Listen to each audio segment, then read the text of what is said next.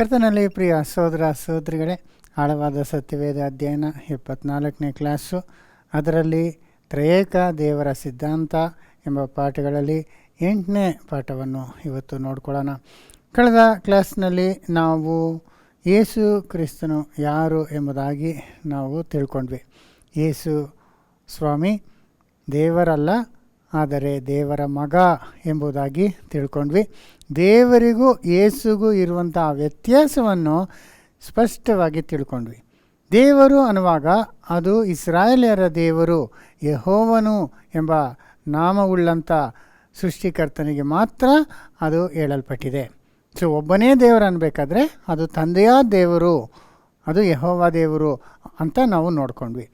ಯೇಸುನ ಕರ್ತನಾದ ಯೇಸು ಕ್ರಿಸ್ತನು ಅಂತ ಕರ್ತನ ಎಂಬುದಾಗಿ ಮತ್ತು ಮಗ ಎಂಬುದಾಗಿ ನಾವು ಬೈಬಲ್ನಲ್ಲಿ ವಿಂಗಡಿಸಿ ಸಪ್ರೇಟಾಗಿ ಹೇಳಿರೋದನ್ನ ನಾವು ನೋಡ್ಕೊಬೋದು. ಆದ್ದರಿಂದ ಈ ವಿಷಯಗಳಲ್ಲಿ ನಾವೇನು ತಿಳ್ಕೊಂಡ್ವಿ ಅಂದರೆ, ದೇವರೊಬ್ಬರೇ ಇದ್ದಾನೆ, ಅವರಿಗೆ ಸರಿ ಸಮಾನವಾಗಿ ಬೇರೆ ದೇವರಿಲ್ಲ. ಯೇಸು ಸ್ವಾಮಿ ಅವರಿಗೆ ಈಕ್ವಲ್ ಆಗಿ ಸರಿ ಸಮಾನವಾದಂಥ ಎರಡನೇ ದೇವರಲ್ಲ, ಆದರೆ ದೇವರ ಮಗ ಎಂಬುದಾಗಿ. ಹೆಂಗೆ ಅಂದರೆ, ದೇವರು ಅನ್ನುವಾಗ ಅದು ಆತನು ಸೃಷ್ಟಿಕರ್ತ. ಯೇಸು ದೇವರಿಂದ ಬಂದಂಥ ಪ್ರಥಮ ಸೃಷ್ಟಿ. ಯೇಸು ಪ್ರಥಮವಾಗಿ ಸೃಷ್ಟಿಸಲ್ಪಟ್ಟನು. ಹಂಗಂದಾಗಲೇ ಸೃಷ್ಟಿಕರ್ತನಿಗೂ ಸೃಷ್ಟಿಗೂ ಭಾಳ ದೊಡ್ಡ ಡಿಫ್ರೆನ್ಸ್ ಬಂದ್ಬಿಡುತ್ತೆ ಅಲ್ವರ. ಯೇಸು ಎಲ್ಲ ಸೃಷ್ಟಿನಲ್ಲಿ ಪ್ರಥಮ ಪ್ರಾಮುಖ್ಯವಾದಂಥ ಸೃಷ್ಟಿ, ಆದರೆ ಸೃಷ್ಟಿನೇ. ಆವಾಗ ಸೃಷ್ಟಿಕರ್ತನಾದಂಥ ತಂದೆಗೂ ಮಗನಿಗೂ ಭಾಳ ಡಿಫ್ರೆನ್ಸ್ ಇದೆ. ಅದರಿಂದನೇ ಯೇಸು ಸ್ವಾಮಿ ಒಂದು ಸರ್ತಿ ಅವರು ಹೋಗುವಾಗ ಒಬ್ಬ ಬಂದು, ಒಳ್ಳೆ ಬೋಧಕನೇ, ನಿತ್ಯ ಜೀವ ಹೊಂದೋದಕ್ಕೆ ನಾನು ಏನು ಮಾಡಬೇಕು ಅಂದಾಗ ಆತನಿಗೇನು ಹೇಳಿದ್ರು, ನನ್ನನ್ನು ಏಕೆ ಒಳ್ಳೆಯವನಂತ ಹೇಳ್ತಿದ್ದೀಯ? ಒಳ್ಳೆಯವನು ಒಬ್ಬನೂ ಇಲ್ಲ, ತಂದೆಯ ದೇವರೊಬ್ಬನೇ, ಆತನ ಮಾತ್ರ ಒಳ್ಳೆಯವನಂತಾರೆ. ಅದನ್ನು ನಾವು ಮಾರ್ಕ್ 10ನೇ ಅಧ್ಯಾಯ 18ನೇ ವಚನದಲ್ಲಿ ನಾವು ನೋಡ್ಬೋದು. ಆತನು ಹೊರಟು ದಾರಿ ಹಿಡಿದು ಹೋಗುವಾಗ ಒಬ್ಬನು ಓಡುತ್ತಾ ಆತನ ಎದುರಿಗೆ ಬಂದು ಮೊಣಕಾಲೂರಿ, ಒಳ್ಳೆ ಬೋಧಕನೇ, ನಾನು ನಿತ್ಯ ಜೀವಕ್ಕೆ ಬಾಧ್ಯಸ್ಥನಾಗಬೇಕಾದರೆ ಏನು ಮಾಡಬೇಕೆಂದು ಆತನನ್ನು ಕೇಳಲಾಗಿ, ಯೇಸು ಅವನಿಗೆ, ನನ್ನನ್ನು ಒಳ್ಳೆಯವನೆಂದು ಯಾಕೆ ಹೇಳುತ್ತಿ? ದೇವರೊಬ್ಬನೇ ಹೊರತು ಮತ್ತಾವನು ಒಳ್ಳೆಯವನಲ್ಲ. ನೋಡಿದ್ರ, ನನ್ನನ್ನು ಯಾಕೆ ಒಳ್ಳೆಯವನಂತೀಯ? ದೇವರೊಬ್ಬನೇ ಹೊರತು ಮತ್ತಾರೂ ಒಳ್ಳೆಯವನಲ್ಲ ಅಂತ ಹಂಗನ್ಬೇಕಂದ್ರೆ ಇವರು ಒಳ್ಳೆಯವರಲ್ಲ ಅಂತಲ್ಲ. ಆದರೆ ಇವರು ಒಳ್ಳೆಯವರಾಗಿರ್ಬೇಕಾದ್ರೆ, ಪರಿಶುದ್ಧನಾಗಿರ್ಬೇಕಾದ್ರೆ, ಇಷ್ಟು ಒಂದು ಅದ್ಭುತವಾಗಿ ಇರಬೇಕಾದ್ರೆ ಅವ್ರನ್ನ ಸೃಷ್ಟಿ ಮಾಡಿದವ್ರು ಯಾರು? ಅದಕ್ಕೆ ಕಾರಣರು ಯಾರು? ದೇವರು. ಅದರಿಂದ ದೇವರಿಗೆ ಮಹಿಮೆ ಮಾಡು ಅಂತ ಹೇಳ್ಬಿಟ್ರು. ಈಗ ನಮ್ಗೆ ಯಾರಾದರೂ ನೀವು ಚೆನ್ನಾಗಿ ಪ್ರಸಂಗ ಮಾಡ್ತೀರಂದರೆ, ಹೌದು ನಾನು ಹಂಗೆ, ನನಗೆ ತುಂಬ ಜ್ಞಾನ ಇದೆ ಅಂತ ಹೇಳ್ತೀವ? ಇಲ್ಲ. ಇದೆಲ್ಲ ದೇವರ ಕೃಪೆ, ದೇವ್ರ ಜ್ಞಾನ ಕೊಟ್ಟರು, ದೇವ್ರ ಪರಿಶುದ್ಧಾತ್ಮ ಕೊಟ್ಟರು, ಆದ್ದರಿಂದ ನಾನು ಪ್ರಸಂಗ ಮಾಡ್ತೀನಿ, ನಂದೇನಿಲ್ಲ ಅಂತೀವಲ್ಲ. ಆ ಥರನೇ ಯೇಸು ಸ್ವಾಮಿ ಹೇಳಿದ್ರು. ಅಂದರೆ ಆತನೊಂದು ಸೃಷ್ಟಿ, ಮಹಿಮೆ ಎಲ್ಲ ಸೃಷ್ಟಿಕರ್ತನಿಗೆ ಕೊಡಬೇಕು ಎಂಬುದಾಗಿ ಯೇಸುನೇ ಹೇಳಿರೋದನ್ನ ನಾವು ನೋಡ್ಬೋದು. ಮತ್ತು ಎರಡನೇ ವಿಷಯ, ದೇವರು ನಿತ್ಯವಾಗಿ ಇದ್ದಾನೆ. ಅಂದರೆ ಆತನು ಅನಾದಿಯಿಂದ ನಿತ್ಯ ಕಾಲಕ್ಕೆ ಅವನು ಒಂದೇ ರೀತಿಯಲ್ಲಿ ದೇವರಿರ್ತಾರೆ. ಆದರೆ ಯೇಸು ಸ್ವಾಮಿ ಅನಾದಿಯಾಗಿರಲಿಲ್ಲ, ಆತನಿಗೆ ಆದಿ ಇತ್ತು ಅಲ್ವ. ಆತನೇ ಆದಿಯಾಗಿದ್ದರು. ಸೃಷ್ಟಿಗೆಲ್ಲ ನಾನೇ ಪ್ರಥಮ ಅಂತ ಹೇಳ್ತಾರೆ. ಎಲ್ಲ ಸೃಷ್ಟಿಗೆ ಮುಂಚೆ ನಾನು ದೇವರಿಂದ ನಿರ್ಮಿತನಾಗಿದ್ದೆ ಅಂತ ಹೇಳ್ತಾರೆ. ಪರ್ವತಗಳ ಮುಂಚೆ, ಸಮುದ್ರಗಳು, ಆಕಾಶಗಳು ಸೃಷ್ಟಿ ಮಾಡೋದಕ್ಕೆ ಮುಂಚೆ ಅಂದರು. ಆದರೆ ಆವಾಗಲೂ ಒಂದು ಪ್ರಥಮವಾದಂಥ ಒಂದು ಪ್ರಾರಂಭ, ಒಂದು ಸ್ಟಾರ್ಟಿಂಗ್ ಪಾಯಿಂಟ್ ಇದೆ ಯೇಸು ಸ್ವಾಮಿಗೆ. ಆತನೇ ಸ್ಟಾರ್ಟಿಂಗ್, ಆತನೇ ಮೊದಲನೇ ಸೃಷ್ಟಿ ಅಂತ ಕೂಡ ನಾವು ನೋಡಿದ್ವಿ. ಆದರೆ ದೇವರು ಅನಾದಿಯಾಗಿದ್ದಾರೆ, ಆತನಿಗೆ ಆದಿ ಇಲ್ಲ ಎಂಬುದಾಗಿ ನಾವು ನೋಡ್ಬೋದು. ಮೂರನೇದಾಗಿ, ದೇವರು ಅಮರತ್ವವುಳ್ಳವನಾಗಿದ್ದಾನೆ. ಆತನು ಸಾಯುವುದಕ್ಕೆ ಸಾಧ್ಯ ಇಲ್ಲ, ಅಗಮ್ಯವಾದ ಬೆಳಕಿನಲ್ಲಿ ವಾಸಿಸ್ತಕ್ಕವನಾಗಿದ್ದಾನೆ. ಆತನು ಅದೃಶ್ಯನಾಗಿದ್ದಾನೆ. ಆತನ ಮನುಷ್ಯರಲ್ಲಿ ಯಾರೂ ನೋಡಿಲ್ಲ, ಯಾರೂ ನೋಡಲಾರರು. ಈ ವಚನಗಳೆಲ್ಲ ಲಾಸ್ಟ್ ಕ್ಲಾಸಲ್ಲಿ ನಾವು ನೋಡ್ಕೊಂಡ್ವಿ. ಆದರೆ ಯೇಸು ಸ್ವಾಮಿ ಮೃತ್ಯನಾಗಿದ್ದರು ಅಲ್ವರ. ಆತನು ಅಮರತ್ವನಾಗಿದ್ದರೆ ಯಾವ ರೀತಿ ನಮಗೆ ಪ್ರಾಣ ಕೊಡೋಕ್ಕಾಗ್ತೈತೆ?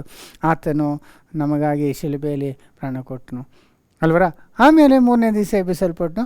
ಆಮೇಲೆ ಈಗ ಅಮರತ್ವವುಳ್ಳವರಾಗಿ ಇದ್ದಾರೆ ಎಂಬುದಾಗಿ ನಾವು ನೋಡಿದ್ವಿ. ಇದೇ ರೀತಿ ನಾವು ನೋಡುವಾಗೆಲ್ಲ ಈ ಒಂದು ಸಮವಾಗಿ ಇರುವಂಥದ್ದು ನಾವು ನೋಡೋದಿಲ್ಲ. ತಂದೆ ಮಗನ ಕಳಿಸ್ಕೊಡ್ತಾರೆ. ಮಗ ತಂದೆಗೆ ವಿಧೇಯನಾಗಿ ಬರೆದು ಮಾಡಿಕೊಂಡು ಮನುಷ್ಯನಾಗಿ ಹುಡ್ತಾರೆ. ದೂತರಿಗಿಂತ ಕೆಳಮಟ್ಟಕ್ಕೆ ಅವರು ಬರ್ತಾರೆ. ಆವಾಗಲೂ ಅವರು ದಾಸನಾಗಿದ್ದು ಮರಣದವರೆಗೂ ಅವರು ದೇವರಿಗೆ ವಿಧೇಯನಾಗಿರ್ತಾರೆ.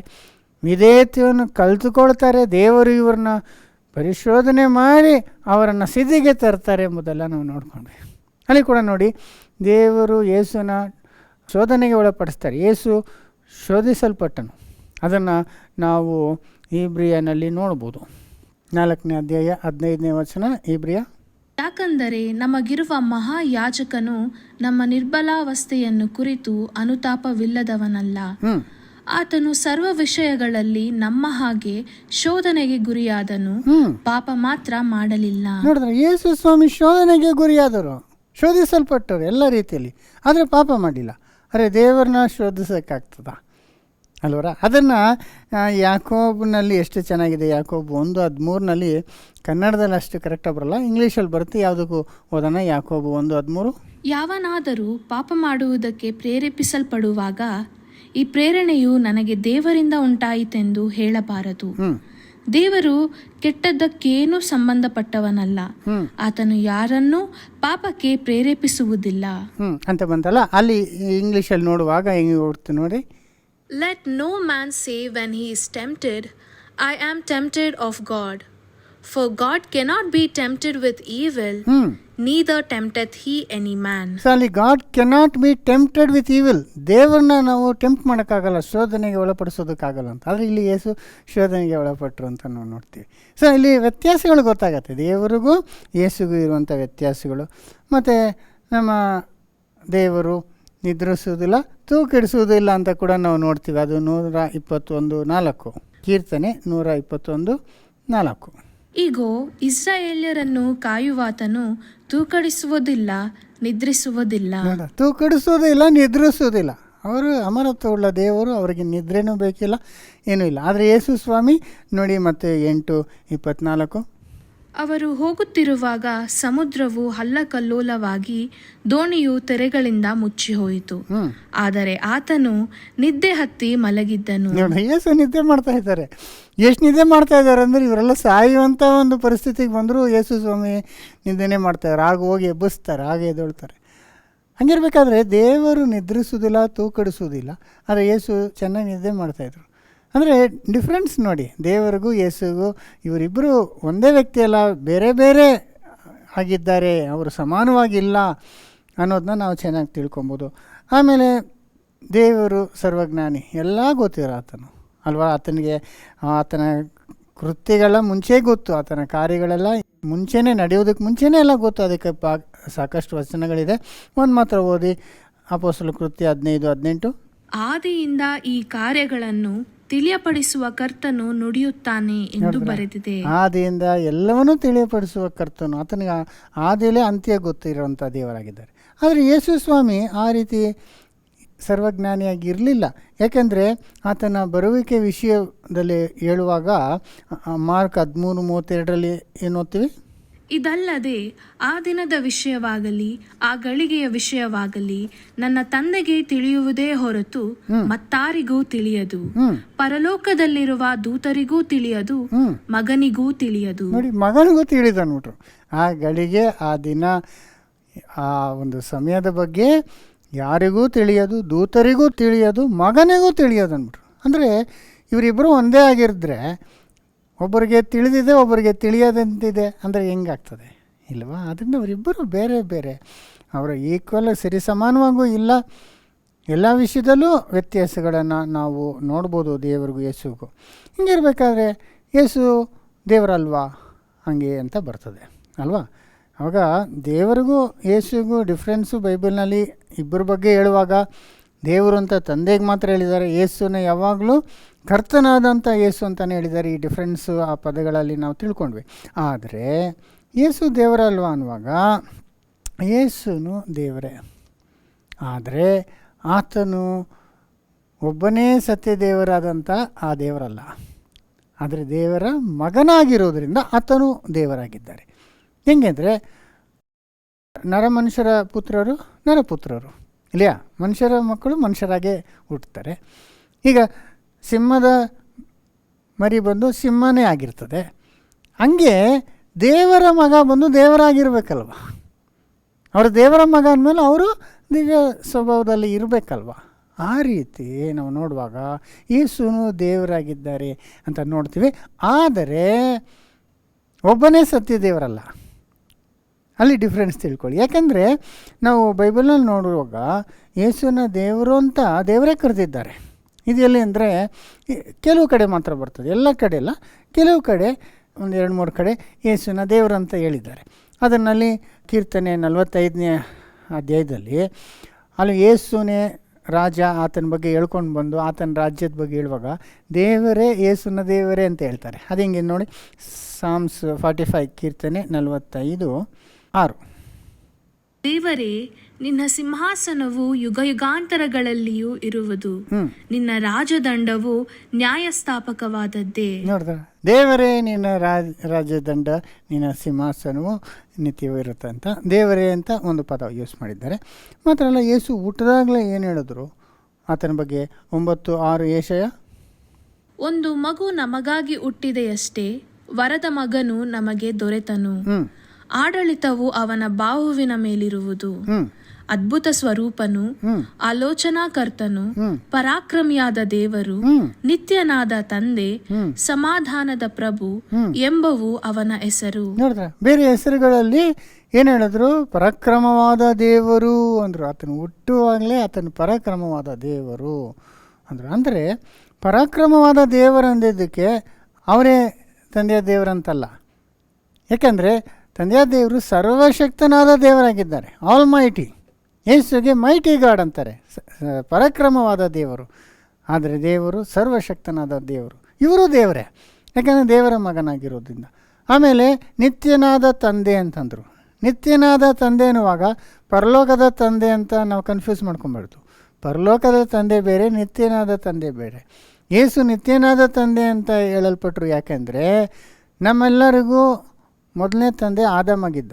ಆದಾಮಿಂದ ತಾನೇ ನಾವೆಲ್ಲ ಬಂದಿರೋದು. ಆತನೇ ಎಲ್ಲರಿಗೂ ಮೂಲ ತಂದೆ. ಆದರೆ ಆತನು ಸತ್ತೋದ್ನಲ್ಲ, ತಂದೆಯಾಗಿಲ್ದಿರ ಜೀವನ ಕಳ್ಕೊಂಡ, ನಮಗೂ ಜೀವ ಇಲ್ದಂಗೆ ಮಾಡ್ದ. ಆತನ ಪ್ಲೇಸಲ್ಲಿ ಬಂದಿದ್ಯಾರು? ಯೇಸು. ದೇವರು ತನ್ನ ಮಗನನ್ನು ಕಳಿಸ್ಕೊಟ್ಟು ಎರಡನೇ ಆದಾಮಾಗಿ ಯೇಸು ಬಂದು ನಮಗಾಗಿ ಸತ್ತು ನಮಗೆ ನಿತ್ಯ ಜೀವ ಆತನು ಕೊಡೋದ್ರಿಂದ ಈಗ ಜನಗಳಿಗೆ ಯೇಸು ನಿತ್ಯವಾದಂಥ ತಂದೆಯಾಗಿದ್ದಾರೆ. ಆದರೆ ಪರಲೋಕ ತಂದೆ ಅಲ್ಲ. ಆ ಮೈನ್ಯೂಟ್ ಡಿಫ್ರೆನ್ಸಸ್ಸು ನಾವು ಇಲ್ಲೆಲ್ಲ ಅಬ್ಸರ್ವ್ ಮಾಡಬೇಕು. ಆಮೇಲೆ ತೀತು 2:13 ಕೂಡ ಅವರನ್ನ ಮಹಾದೇವರಂತ ಹೇಳಲ್ಪಟ್ಟಿದೆ. ನೋಡಿ, 2ನೇ ಅಧ್ಯಾಯ 12-13.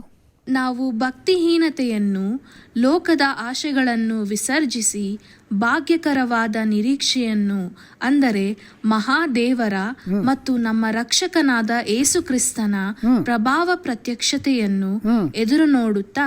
ನೋಡಿ, ಅಲ್ಲಿ ಮಹಾದೇವರು ಆಗಿರುವಂಥ ನಮ್ಮ ಕರ್ತನಾದ ಯೇಸು ಕ್ರಿಸ್ತನ್ ಅಂತಾರೆ. ಮಹಾದೇವರು, ಗ್ರೇಟ್ ಗಾಡ್ ಅಂದರು. ನೋಡಿದ್ರ, ಆದರೆ ಸರ್ವಶಕ್ತನಾದ ದೇವರಲ್ಲ, ಇವರು ಗ್ರೇಟ್ ಗಾಡ್ ಅನ್ನುವಾಗ ಗಾಡ್ ಅನ್ನೋ ಪದ, ಅಂದರೆ ದೇವರು ಅನ್ನೋ ಒಂದು ಪದ ದೇವದೂತರಿಗೂ ಉಪಯೋಗಿಸಿದ್ದಾರೆ ಕೆಲವೊಮ್ಮೆ. ಆ್ಯಕ್ಚುಲಿ ದೂತರು ಅನ್ನುವಾಗ ಅವರಿಗೆ ಮಲಕ್ ಅಂತ ಹೀಬ್ರೂನಲ್ಲಿ, ಗ್ರೀಕಲ್ಲಿ ಏಂಜಲೋಸ್ ಅಂತ ಬರುತ್ತೆ. ಅಂದರೆ ದೇವರು ಕಳಿಸಿಕೊಟ್ಟಂಥ ಒಂದು ಮೆಸೆಂಜರ್, ಅಂದರೆ ಒಂದು ಸುದ್ದಿನ ತರುವಂಥವನು, ಅಂದರೆ ದೇವರ ಸೇವಕರು ಅಂತ ಬರ್ತದೆ ಏಂಜಲ್ಸ್ ಅಂದರೆ. ಆದರೆ ಕೆಲವು ಕಡೆ ಅವರಿಗೆ ಎಲೋಹಿಮ್ ಅನ್ನೋ ಪದನೂ ಉಪಯೋಗಿಸಿದ್ದಾರೆ. ಎಲೋಹಿಮ್ ಅಂದರೆ ಗೊತ್ತಲ್ಲ, ಹೀಬ್ರೂನಲ್ಲಿ ದೇವರು ಅನ್ನೋದು. ಅದನ್ನು ದೇವರಿಗೆ ಉಪಯೋಗಿಸಿದ್ದಾರೆ, ದೂತರಿಗೆ ಉಪಯೋಗಿಸಿದ್ದಾರೆ. ಅದು ಒಂದು ಸಮಯದಲ್ಲಿ ಹೇಳ್ತಾರಲ್ಲ, ಮನುಷ್ಯನು ಎಮ್ಮಾತ್ರದವನು, ಅವನನ್ನು ದೇವದೂತರಿಗಿಂತ ಸ್ವಲ್ಪವೇ ಕಮ್ಮಿ ಮಾಡಿದೆ ಅಂತ. ಆ ಒಂದು ಪದ ನೀವು ಹೀಬ್ರೂನ ನೋಡಿದ್ರೆ ಎಲೋಹಿಮ್ ಅಂತ. ಹಾಗಿದ್ರೆ ದೂತರಿಗೂ ಎಲೋಹಿಮ್ ಅಂತ ಹೇಳಿದ್ದಾರೆ. ಯಾಕೆಂದರೆ ದೂತರು ದೇವರ ಮಕ್ಕಳಲ್ವಾ. ಈಗ ಭೂಮಿಗೆ ಅಸ್ಥಿಭಾರ ಹಾಕುವಾಗ ದೇವಪುತ್ರರೆಲ್ಲ ಗಂಭೀರವಾಗಿ ಹಾಡೋದ್ರು ಅಂತ ನಾವು ನೋಡ್ತೀವಲ್ಲ, ಹರ್ಷಧ್ವನಿಗೆ ಇದ್ರು ಅಂತ. ಅವರು ದೇವರ ಪುತ್ರರೇ ತಾನೇ, ದೇವರು ಅವ್ರನ್ನ ಸೃಷ್ಟಿ ಮಾಡಿದಾರಲ್ಲ, ಆಗ ಅವರು ದೇವರ ಮಕ್ಕಳು. ಅಂದರೆ ಅವರು ದೇವರುಗಳೇ, ದೇವರಿಂದ ಹುಟ್ಟಿದವರೆಲ್ಲ ದೇವರ ಮಕ್ಕಳೇ. ಈಗ ದೇವದೂತರು ಮಾತ್ರ ಅಲ್ಲ, ಮನುಷ್ಯ ಏನು, ಅದರ ಬಗ್ಗೆ ನಾವು ಓದ್ ಕ್ಲಾಸಲ್ಲಿ ನಾವು ನೋಡ್ಕೊಂಡ್ವಿ. ಲೋಕಲ್ಲಿ ಏನು ಬರೆಯಲ್ಪಟ್ಟಿದೆ ಅಲ್ವಾ? ಕೈಯನ್ನು ಏನೋಸನ ಮಗನು, ಏನೋಸು ಸೇತನ ಮಗನು, ಸೇತನು ಆದಾಮನ ಮಗನು, ಆದಾಮನು ದೇವರ ಮಗನು ಅಂದ್ಬಿಟ್ರು. ಆಗ ಆದಾಮು ದೇವರ ಮಗನೇ. ಯಾಕೆ? ದೇವರು ಆದಾಮನ ಸೃಷ್ಟಿ ಮಾಡುವಾಗ ಅವರ ಹೋಲಿಕೆ ಪ್ರಕಾರವಾಗಿ ಅವನನ್ನು ಸೃಷ್ಟಿ ಮಾಡಿದ್ರು, ಅವ್ರ ಥರನೇ ಮಾಡಿದ್ರು. ಅದರಿಂದ ದೇವರು ಹೆಂಗಿದ್ದಾರೋ ಹಂಗೆ ಇವನು ಇದ್ದಾನೆ. ಆದರೆ ಈಕ್ವಲ್ ಅಲ್ಲ. ಏಂಜಲ್ಸ್ ಆಗಲಿ ಯೇಸು ಸ್ವಾಮಿ ಆಗಲಿ ದೇವರಿಗೆ ಸರಿ ಸಮಾನ ಬರೋದಿಲ್ಲ. ಆದರೆ ಅವರ ಒಂದು ಸೃಷ್ಟಿಯಾಗಿರೋದ್ರಿಂದ ಅವರು ದೇವರುಗಳೇ, ಒಂದು ಕುಟಿ ದೇವರುಗಳು ಅಂತ ಹೇಳ್ತೀವಲ್ಲ ಹಂಗೆ ಅಂತ ಹೇಳ್ಬೋದು ನಿಜವಾಗ್ಲೂ. ಯಾಕೆಂದರೆ ಇಂಗ್ಲೀಷ್ನಲ್ಲಿ ಸ್ಮಾಲ್ ಜಿ ಹಾಕಿ ಗಾಡ್ಸ್ ಅಂತ ಹೇಳ್ತಾರೆ. ಈ ಒಂದು ಪದ ನೋಡಿ ಮನುಷ್ಯರಿಗೆಲ್ಲ ಉಪಯೋಗಿಸಿದ್ದಾರೆ. ಈಗ ಮೋಶೆನ ನೀನು ಆರೋನಿಗೆ ದೇವರಾಗಿರು ಅಂತ ಒಂದು ಕಡೆ ಹೇಳಿದ್ದಾರೆ ನೋಡಿ. ಆಗ ಕರ್ತನು ಮೋಶೆಗೆ, ಇಗೋ ನಿನ್ನನ್ನು ಫರೋಹನಿಗೆ ದೇವರಂತೆ ಮಾಡಿದ್ದೇನೆ. ನೋಡಿದ್ರ, ಸೊ ಮೋಶೆನ ದೇವರು ಅಂತ ಅಂದ್ಬಿಟ್ರು. ಮತ್ತು ನಾವು ನೋಡುವಾಗ ಈ ಪ್ರಪಂಚದ ದೇವರುಗಳನ್ನ ಇನ್ನೂ ಕೂಡ ದೇವರಂತಲೇ ಹೇಳಿದ್ದಾರೆ. ಬೇರೆ ಅನ್ಯ ದೇವರುಗಳಿದ್ದಾರಲ್ಲ ಅವ್ರನ್ನೂ ದೇವರುಗಳಂತ ಹೇಳಿದ್ದಾರೆ. ಅದೇ ಪದ ಎಲೋಹಿಮ್ ಅನ್ನೋದನ್ನೇ ಅವ್ರಿಗೂ ಉಪಯೋಗಿಸಿದ್ದಾರೆ. ಫಾರ್ ಎಕ್ಸಾಂಪಲ್ ನೋಡಿ, ಕೀರ್ತನೆ 95:3, ಯೆಹೋವನು ಮಹಾದೇವರು, ಎಲ್ಲಾ ದೇವರುಗಳಲ್ಲಿ ಮಹಾರಾಜನು ಆಗಿದ್ದಾನೆ. ನೋಡಿ, ಎಲ್ಲ ದೇವರುಗಳಲ್ಲಿ ಮಹಾರಾಜನು, ಮಹಾದೇವರು ಅನ್ನುವಾಗ ಬೇರೆಯವ್ರನ್ನೂ ದೇವರುಗಳಂತ ಹೇಳಿದ್ದಾರೆ. ಯಾಕೆ? ಸೈತಾನ್ನ ಕೂಡ ದೇವರಂತ ಹೇಳಿದ್ದಾರೆ. ಅದು 2 ಕೊರಿಂಥಿಯ 4:4 ನಾವು ನೋಡ್ಬೋದು. ಇವರಲ್ಲಿ ದೇವರ ಪ್ರತಿರೂಪವಾಗಿರುವ ಕ್ರಿಸ್ತನ ಪ್ರಭಾವವನ್ನು ತೋರಿಸುವ ಸುವಾರ್ತೆಯ ಪ್ರಕಾಶವು ಉದಯವಾಗಬಾರದೆಂದು ಈ ಪ್ರಪಂಚದ ದೇವರು ನಂಬಿಕೆ ಇಲ್ಲದವರ ಮನಸ್ಸನ್ನು ಮಂಕು ಮಾಡಿದನು. ಈ ಪ್ರಪಂಚದ ದೇವರು ಅಂದ್ಬಿಟ್ರು ಸೈತಾನ್ನ. ಅದರಿಂದ ಸೈತಾನ್ನ ಕೂಡ ದೇವರು ಅಂತ ಹೇಳಿದ್ದಾರೆ. ಆದರೆ ಅವರು ಒಬ್ಬನೇ ಸತ್ಯ ದೇವರಾಗುವುದಿಲ್ಲ. ಅಂದರೆ ಈ ರೀತಿ ಆ ಪದನ ಉಪಯೋಗಿಸಿದ್ದಾರೆ. ಅಷ್ಟು ಮಾತ್ರ ಅಲ್ಲ, ಈಗ ನಾವು ದೇವರ ವಾಕ್ಯವನ್ನು ನಂಬ್ಕೊಂಡು ಬಂದಿದ್ದೀವಲ್ಲ, ಈಗ ದೇವರಿಂದ ಹುಟ್ಟಿದಂಥ ನಾವು ದೇವರ ಮಕ್ಕಳಲ್ಲ, ಆಗ ನಾವು ದೇವರುಗಳಂತ ಹೇಳಿದ್ದಾರೆ ಬೈಬಲ್ನಲ್ಲಿ. ದೇವರ ಮಕ್ಕಳಾಗಿರೋದ್ರಿಂದ ನಾವು ದೇವರೇ. ಇದು ಹೆಂಗೆ ಅಂತ ನೋಡುವಾಗ ಒಂದು ಕಡೆ ಯೇಸು ಸ್ವಾಮಿಗೆ ಕಲ್ಲು ಹೊಡೆದು ಸಾಯಿಸ್ಬೇಕಂತ ಅವರು ಬರ್ತಾರಲ್ಲ, ಯಾಕೆಂದರೆ ದೇವರ ಮಗನು ಅಂತ ಹೇಳಿದಾಗ ಆಗ ಯೇಸು ಸ್ವಾಮಿ ಹೇಳುವಂಥ ಮಾತು ಇದನ್ನು ನೋಡಿ, ಯೋಹಾನ 10:34-35. ಅದಕ್ಕೆ ಯೇಸು, ನೀವು ದೇವರುಗಳೇ ಎಂದು ನಾನು ಹೇಳಿದೆನು ಎಂಬುದಾಗಿ ನಿಮ್ಮ ಧರ್ಮಶಾಸ್ತ್ರದಲ್ಲಿ ಬರೆದಿದೆಯಲ್ಲ, ಶಾಸ್ತ್ರವು ಸುಳ್ಳಾಗಲಾರದಷ್ಟೇ. ನೀವು ದೇವರುಗಳೇ ಅಂತ ಶಾಸ್ತ್ರದಲ್ಲಿ ಬರೆದಿದೆಯಲ್ಲ, ಶಾಸ್ತ್ರ ಸುಳ್ಳಾಗುತ್ತೆ. ನೀವು ದೇವರುಗಳೇ ಅಂತ ಯಾರಿಗೆ ಅಂದರೆ 35ನೇ ವಚನ. ಹಾಗಾದರೆ ದೇವರ ವಾಕ್ಯವನ್ನು ಹೊಂದಿದವರನ್ನು ದೇವರುಗಳೆಂದು ಆತನು ಹೇಳಿರುವಲ್ಲಿ. ನೋಡಿದ್ರ, ಆವಾಗ ದೇವರ ವಾಕ್ಯ ಯಾರಿಗೆ ಬಂತೋ ಅವರನ್ನ ದೇವರುಗಳು ನೀವು ಅಂತ ದೇವರು ಹೇಳಿರುವಾಗ, ಹಂಗ ತಂದೆ ನನ್ನ ಇಷ್ಟು ಪ್ರತಿಷ್ಠೆ ಮಾಡಿ ನನ್ನ ಕಳಿಸಿರುವಾಗ ನಾನು ದೇವ್ರ ಮಗ ಅಂದರೆ ನೀನು ದೇವದೂಷಣೆ ಅಂತ ಹಿಂಗೆ ಹೇಳ್ತೀಯ ಅಂತ. ಹಂಗಾರೆ ದೇವರ ವಾಕ್ಯವನ್ನು ಪಡ್ಕೊಂಡವರನ್ನು ದೇವರುಗಳು ಅಂತ ಹೇಳಿದಾರಂತೆ, ದೇವರೇ. ಅದೆಲ್ಲಿ ಅಂದರೆ ಕೀರ್ತನೆ 82:6 ವಚನ. ನೀವು ದೇವರುಗಳು, ಎಲ್ಲರೂ ಪರಾತ್ಪರನ ಮಕ್ಕಳು ಎಂದು ನಾನು ಹೇಳಿದೆನು. ನಾವು ದೇವರ ಮಕ್ಕಳಾಗಿರೋದ್ರಿಂದ, ಪರಾತ್ಪರನ ಮಕ್ಕಳಾಗಿರೋದ್ರಿಂದ ನಾವು ದೇವರುಗಳು ಅಂತ ಹೇಳ್ಬಿಟ್ರು. ಅರ್ಥ ಆಯ್ತರ ಕಾನ್ಸೆಪ್ಟು? ದೇವರ ಮಗ ದೇವರುಗಳೇ, ಮನುಷ್ಯನ ಮಗ ಮನುಷ್ಯ.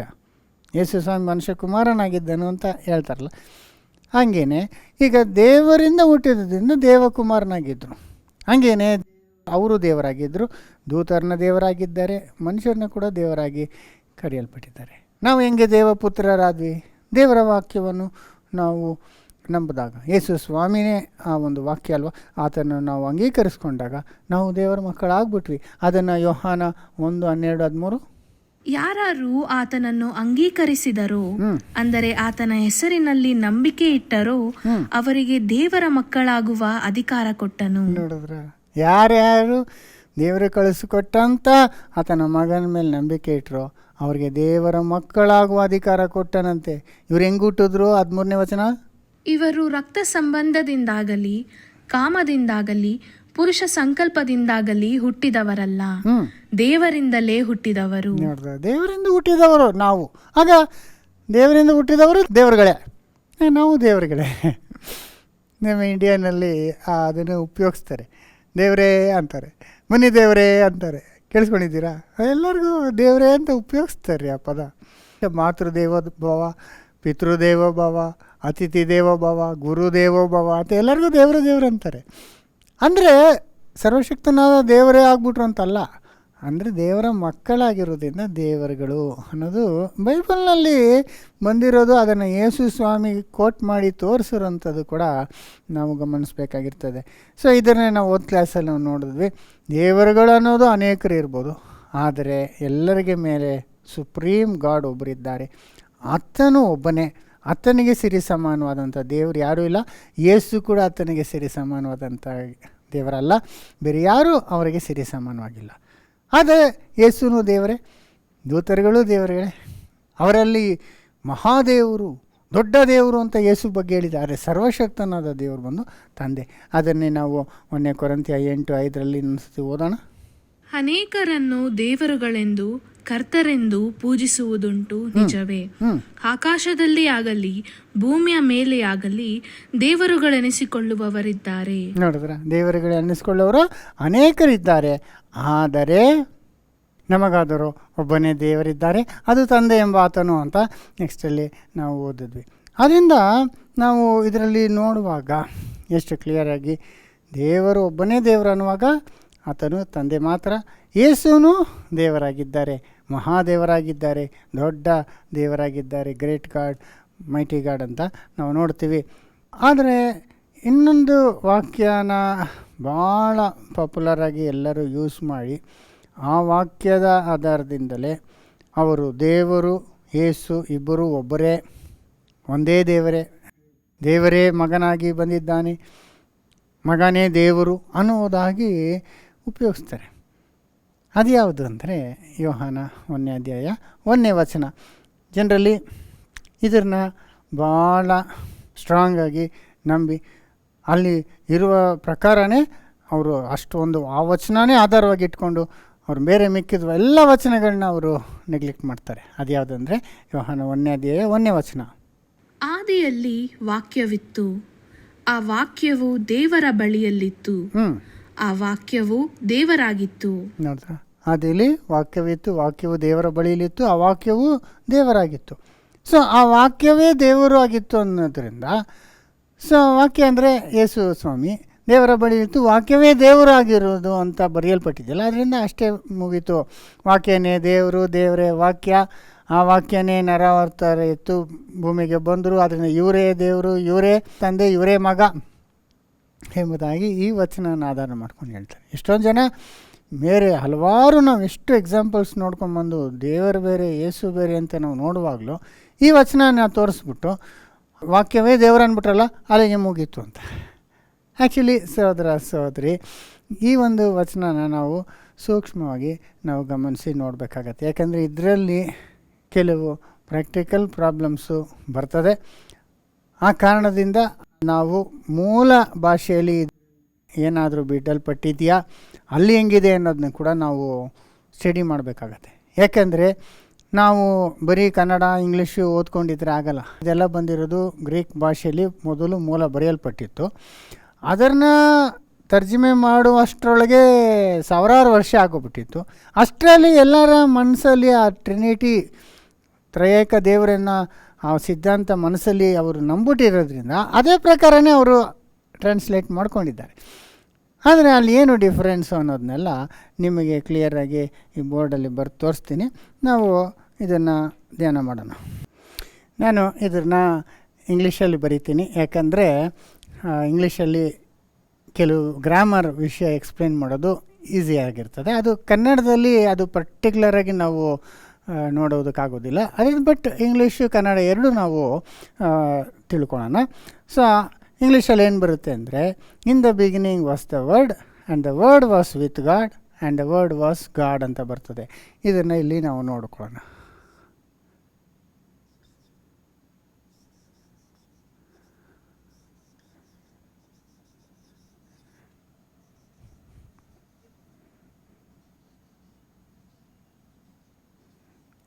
ನೋಡಿ, in the beginning was the word, ಅದೇ ಮೊದಲನೇ line.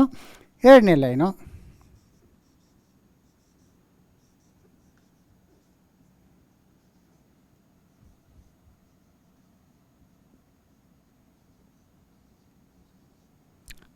Next and the word was with god. ಅಂದರೆ ಆದಿಯಲ್ಲಿ ವಾಕ್ಯವಿತ್ತು, ವಾಕ್ಯವು ದೇವರ ಬಳಿಯಲ್ಲಿತ್ತು ಅಂತ ಬರ್ತದೆ. ಮೂರನೇದಾಗಿ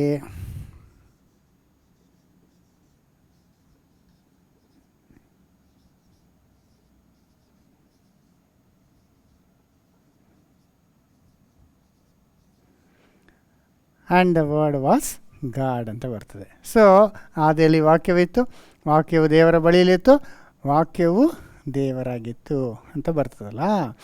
ಇಲ್ಲಿ ನಾವು ಒಂದು ಲಾಜಿಕಲ್ ಪ್ರಾಬ್ಲಮ್ ಬರುತ್ತೆ. ಏನಂದರೆ ಇವಾಗ in the beginning was the word ಅಂದರು, ಆ ವರ್ಡ್ನ ಎಕ್ಸ್ ಅಂತ ನಾವು ತಗೊಳ್ಳೋಣ. ಎಕ್ಸ್ ಅಂತ ತಗೊಳ್ಳಿ ಅಲ್ವಾ. ಇದು ಬಂದು ಎಕ್ಸ್ ಅನ್ನುವಾಗ ಇದೇ ಸಬ್ಜೆಕ್ಟ್ ಅಂತ ಹೇಳ್ತಾರೆ ಇಂಗ್ಲೀಷ್ ಗ್ರಾಮರ್ನಲ್ಲಿ, subject. And the word was with God ಅಂತ ಬಂತಲ್ಲ, ಆವಾಗ ಗಾಡ್ನ ವೈ ಅಂತ ತಗೊಳ್ಳಿ ಅಲ್ವರ. ಸೊ ಆದಿಯಲ್ಲಿ ವಾಕ್ಯವಿತ್ತು, ಎಕ್ಸ್ ಇತ್ತು, ಎಕ್ಸು ದೇವರ ಬಳಿಯಲ್ಲಿ ಅಂದರೆ ವೈ ಹತ್ರ ಇತ್ತು ಅಲ್ವರ. ಆವಾಗ ಎಕ್ಸು ವೈ, ಆವಾಗ ಎಷ್ಟು ಜನ ಇದ್ದಾರೆ? ಇಬ್ಬರಿದ್ದಾರೆ. ವಾಕ್ಯ ಇದೆ ಮತ್ತು ದೇವರಿದ್ದಾರೆ. ವಾಕ್ಯ ದೇವರ ಬಳಿ ಇರೋದನ್ನ ಎಕ್ಸ್ ಇದೆ, ವೈ ಇದೆ, ಇಬ್ಬರಿದ್ದಂಗಿದೆ.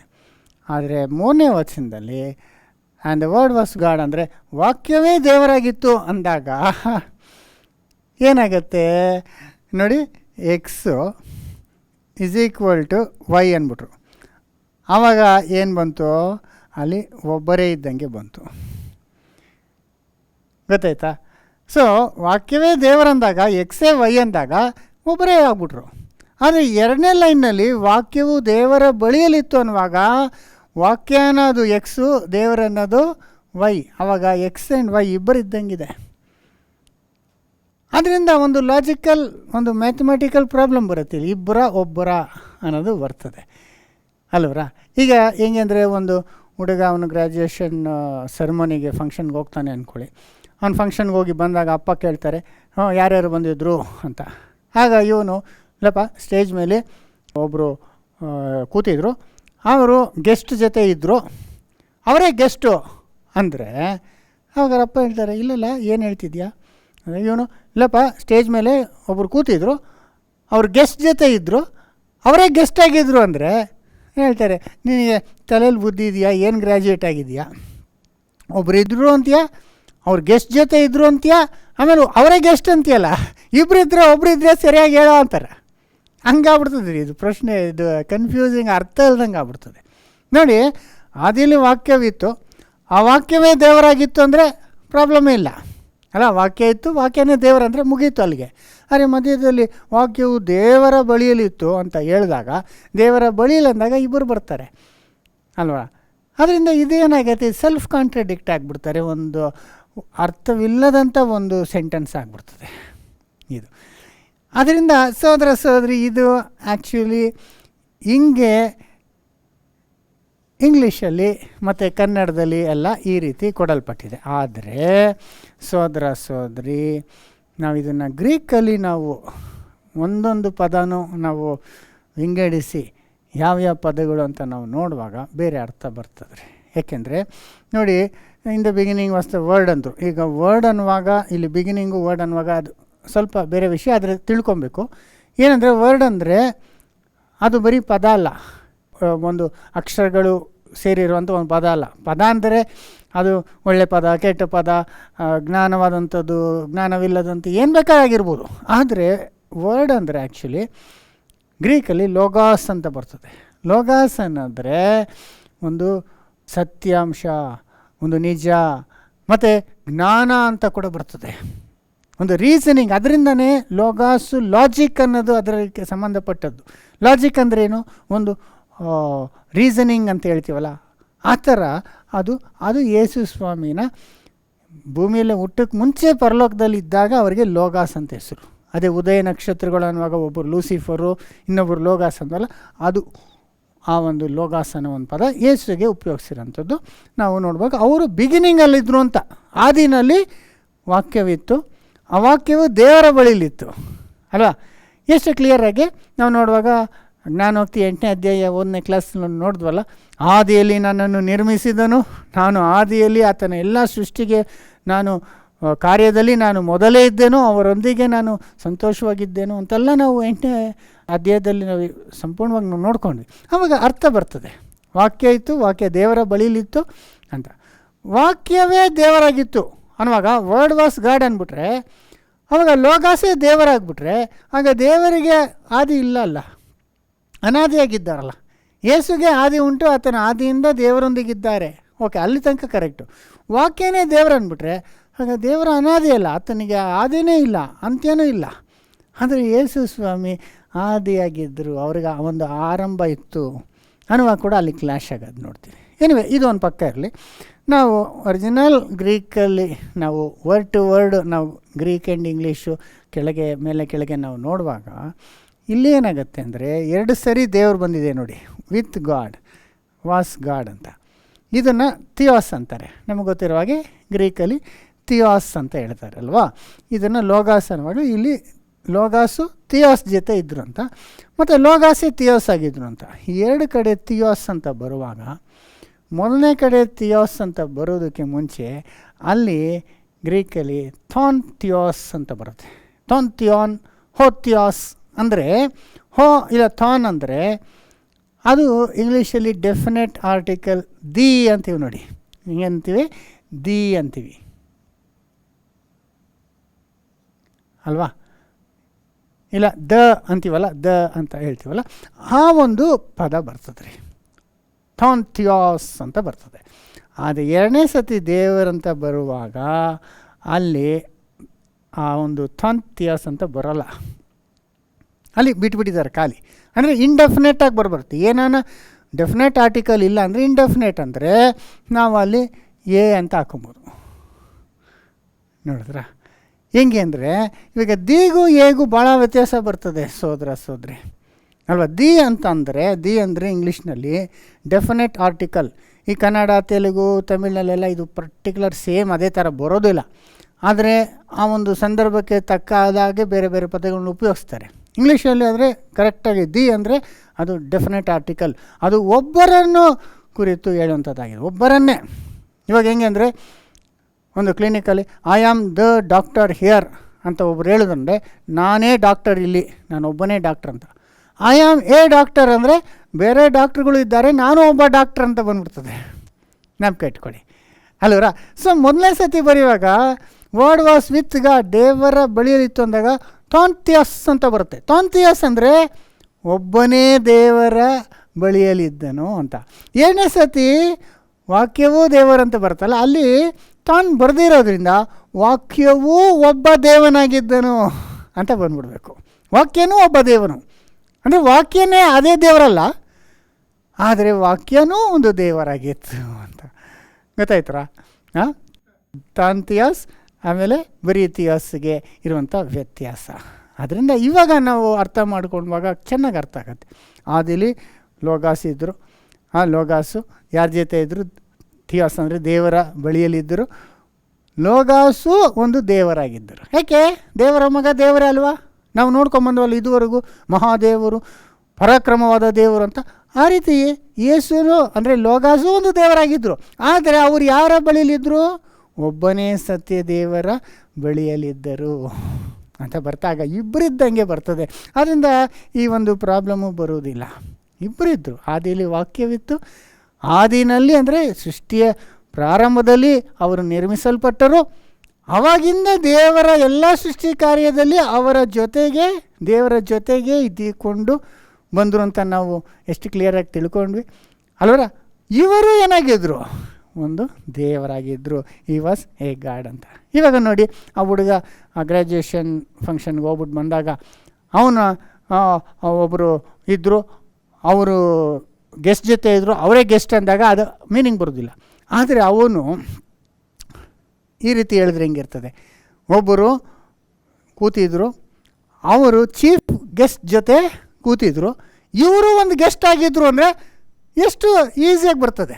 ಇವರು ಗೆಸ್ಟೇ, ಆದರೆ ಅವ್ರು ಯಾರ ಜೊತೆ ಇದ್ದರು? ಚೀಫ್ ಗೆಸ್ಟ್ ಅಂದರೆ ಮುಖ್ಯ ಅತಿಥಿ ಜೊತೆಗೆ ಅವರು ಕೂತಿದ್ರು, ಇವರು ಒಂದು ಅತಿಥಿಯಾಗಿದ್ದರು ಅಂದರೆ ಕ್ಲಿಯರಾಗಿ ಬರ್ತಾವೆ. ಅವಾಗ ಇಬ್ಬರು ಇದ್ದರು, ಒಬ್ಬರಿದ್ದರು ಇವರು ಗೆಸ್ಟಾಗಿ, ಅವ್ರ ಜೊತೆ ಚೀಫ್ ಗೆಸ್ಟ್ ಅಂತ ಇನ್ನೊಬ್ಬರು ಕೂಡ ಇದ್ದರು ಅಂತ ಭಾಳ ಸರಳವಾಗಿ ಅರ್ಥ ಬರ್ತದೆ. ಆದ್ದರಿಂದ ಆ ರೀತಿ ಇಂಗ್ಲೀಷಲ್ಲಿ ಬರಬೇಕಾಗಿತ್ತು.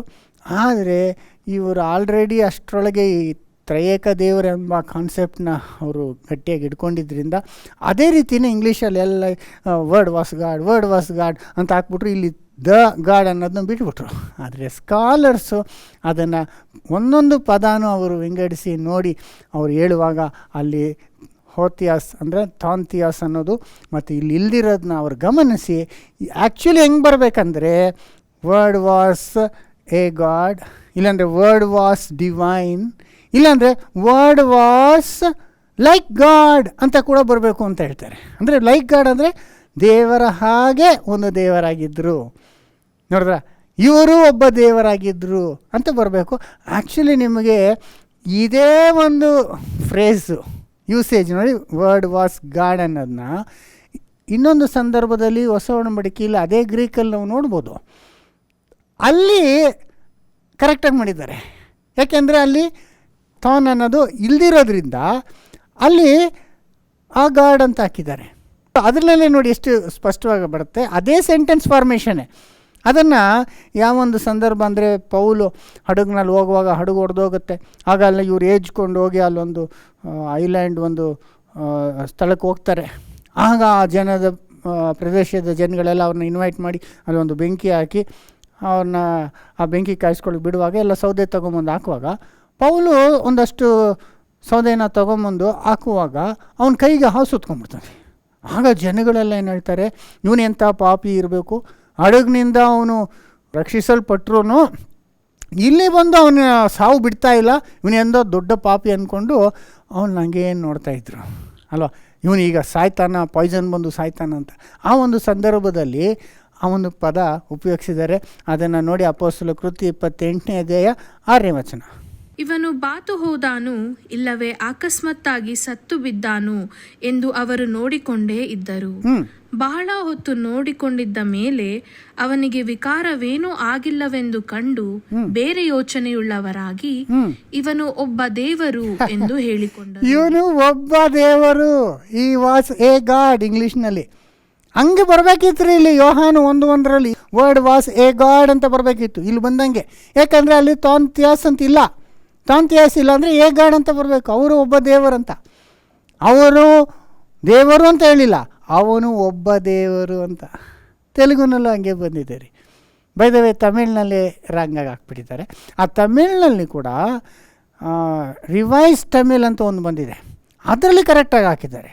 ಪೌಲ್ ಒಂದು ದೇವನ ಎಂದು ನೆನಚಾರನೆ, ಪೌಲ್ ಒಂದು ದೇವನನ್ನು ಅವನು ಒಬ್ಬ ದೇವರು ಅಂತ ಅವರು ಭಾವಿಸಿದ್ರು ಅಂತ. ಇನ್ನೊಂದು ಸತಿ ಹೋದ್ರಿ ಅಪೊಸ್ತಲ ಕೃತ್ಯ 28:6. ಇವನು ಬಾತು ಹೋದಾನು, ಇಲ್ಲವೇ ಅಕಸ್ಮಾತ್ತಾಗಿ ಸತ್ತು ಬಿದ್ದಾನು ಎಂದು ಅವರು ನೋಡಿಕೊಂಡೇ ಇದ್ದರು. ಬಹಳ ಹೊತ್ತು ನೋಡಿಕೊಂಡಿದ್ದ ಮೇಲೆ ಅವನಿಗೆ ವಿಕಾರವೇನೂ ಆಗಿಲ್ಲವೆಂದು ಕಂಡು ಬೇರೆ ಯೋಚನೆಯುಳ್ಳವರಾಗಿ ಇವನು ಒಬ್ಬ ದೇವರು ಎಂದು ಹೇಳಿಕೊಂಡರು. ಇವನು ಒಬ್ಬ ದೇವರು ಅಂತ. ಹಂಗೇನೆ ವಾಕ್ಯ ಒಬ್ಬ ದೇವರು ಅಂತ ಯೋಹಾನಲ್ಲಿ ಬರಬೇಕಿತ್ತು. ಆಗ ಸಂದೇಹನೇ ಬರ್ತಾ ಇರಲಿಲ್ಲ, ಕನ್ಫ್ಯೂಷನ್ ಇಲ್ಲ. ಆದರೆ ವಾಕ್ಯವಿತ್ತು, ವಾಕ್ಯ ದೇವರ ಬಳಿಯಲ್ಲಿ ಅಂದರೆ ಇಸ್ರಾಯೇಲ ದೇವರ ಬಳಿಯಲ್ಲಿ ಇತ್ತು, ವಾಕ್ಯನೂ ಒಬ್ಬ ದೇವರಾಗಿತ್ತು ಅಂದರೆ ಕರೆಕ್ಟಾಗಿ ಬಂದ್ಬಿಡ್ತು, ವಾಕ್ಯನೂ ಒಬ್ಬ ದೇವರು ಅಲ್ವರ. ಆವಾಗ ಆ ವಾಕ್ಯ ಒಬ್ಬನೇ ಸತ್ಯ ದೇವರ ಹತ್ರ ಇತ್ತು ಅಂತ ಮೀನಿಂಗ್ ಬರ್ತಿತ್ತು. ಅದರಿಂದ ಇದು ಕನ್ಫ್ಯೂಷನ್ ಎಲ್ಲ ಬಂದಿರೋದು ಯಾಕೆ ಅಂದರೆ ಅವರಿಗೆ ಗ್ರೀಕ್ ಗೊತ್ತಿಲ್ಲ ಅಂತಲ್ಲ, ಈ ಟ್ರಾನ್ಸ್ಲೇಟರ್ಸ್ ಎಲ್ಲ ವಿದ್ವಾಂಸರೇ. ಆದರೆ ಅವರ ಮನಸ್ಸಲ್ಲಿ ಈಗ ತಂದೆ ಮಗ ಪರಿಶುದ್ಧಾತ್ಮ ಅಂತ ಮೂವರು ಒಬ್ಬರೇ, ಒಬ್ಬರು ಮೂವರು ಅಂತ ಒಂದು ಸಿದ್ಧಾಂತನ ಮನಸ್ಸಲ್ಲಿ ಗಟ್ಟಿಗೆ ಇಟ್ಕೊಂಡ್ಬಿಡ್ತಾರಲ್ಲ, ಅದಕ್ಕೆ ಅನುಗುಣವಾಗಿ ಹಂಗೆ ಮಾಡಿಕೊಂಡ್ರು ಆ್ಯಕ್ಚುಲಿ ಸೋದರ. ಆದರೆ ಇದು ತ್ರಯೇಕ ದೇವರಿಗೆ ಸಹಾಯ ಮಾಡೋದಿಲ್ಲ, ಇದು ಒಂದು ಪ್ರೂಫಾಗಿ ತಗೊಳ್ಳೋದಕ್ಕೆ ಆಗೋದಿಲ್ಲ. ಯಾಕಂದರೆ ಇಲ್ಲಿ ವಾಕ್ಯ ಇದೆ, ದೇವರಿದ್ದಾರೆ. ಆದರೆ ಪರಿಶುದ್ಧಾತ್ಮ ಬಗ್ಗೆ ಇಲ್ಲಿ ಬರಲಿಲ್ಲವೇ? ಅಲ್ಲಿ ವಾಕ್ಯ ಇತ್ತು, ವಾಕ್ಯ ದೇವ್ರ ಬಳಿಲಿ ಅವ್ರ ಜೊತೆ ಪರಿಶುದ್ಧಾತ್ಮ ಕೂಡ ಇತ್ತು ಅಂತ ಬಂತ ಇಲ್ವಲ್ಲ. ಅದಕ್ಕೇನು ಮಾಡಿದ್ರು, 1ನೇ ಯೋಹಾನ 5ನೇ ಅಧ್ಯಾಯ 7ನೇ ವಚನ ಒಂದು ಸೇರಿಸ್ಬಿಟ್ರು. ಕನ್ನಡದಲ್ಲಿ ಸೇರಿಸಿಲ್ಲ, ಆದರೆ ಬೇರೆ ಎಲ್ಲ ಬೈಬಲ್ಗಳಲ್ಲಿ ಕಿಂಗ್ ಜೇಮ್ಸಲ್ಲಿ ಮತ್ತು ಕಿಂಗ್ ಜೇಮ್ಸಲ್ಲಿ ಮಾತ್ರ ಇಂಗ್ಲೀಷಲ್ಲಿ ಮತ್ತು ತಮಿಳ್ನಲ್ಲೆಲ್ಲ ಏನು ಸೇರಿಸ್ಬಿಟ್ರು, ಪರಲೋಕದಲ್ಲಿ ಸಾಕ್ಷಿ ಕೊಡುವಂಥವರು ಮೂವರು, ಅದು ವಾಕ್ಯ, ತಂದೆ ಮತ್ತು ಆತ್ಮ, ಈ ಮೂವರು ಒಬ್ಬರಾಗಿದ್ದಾರೆ ಅಂತ ಸೇರಿಸ್ಬಿಟ್ರು.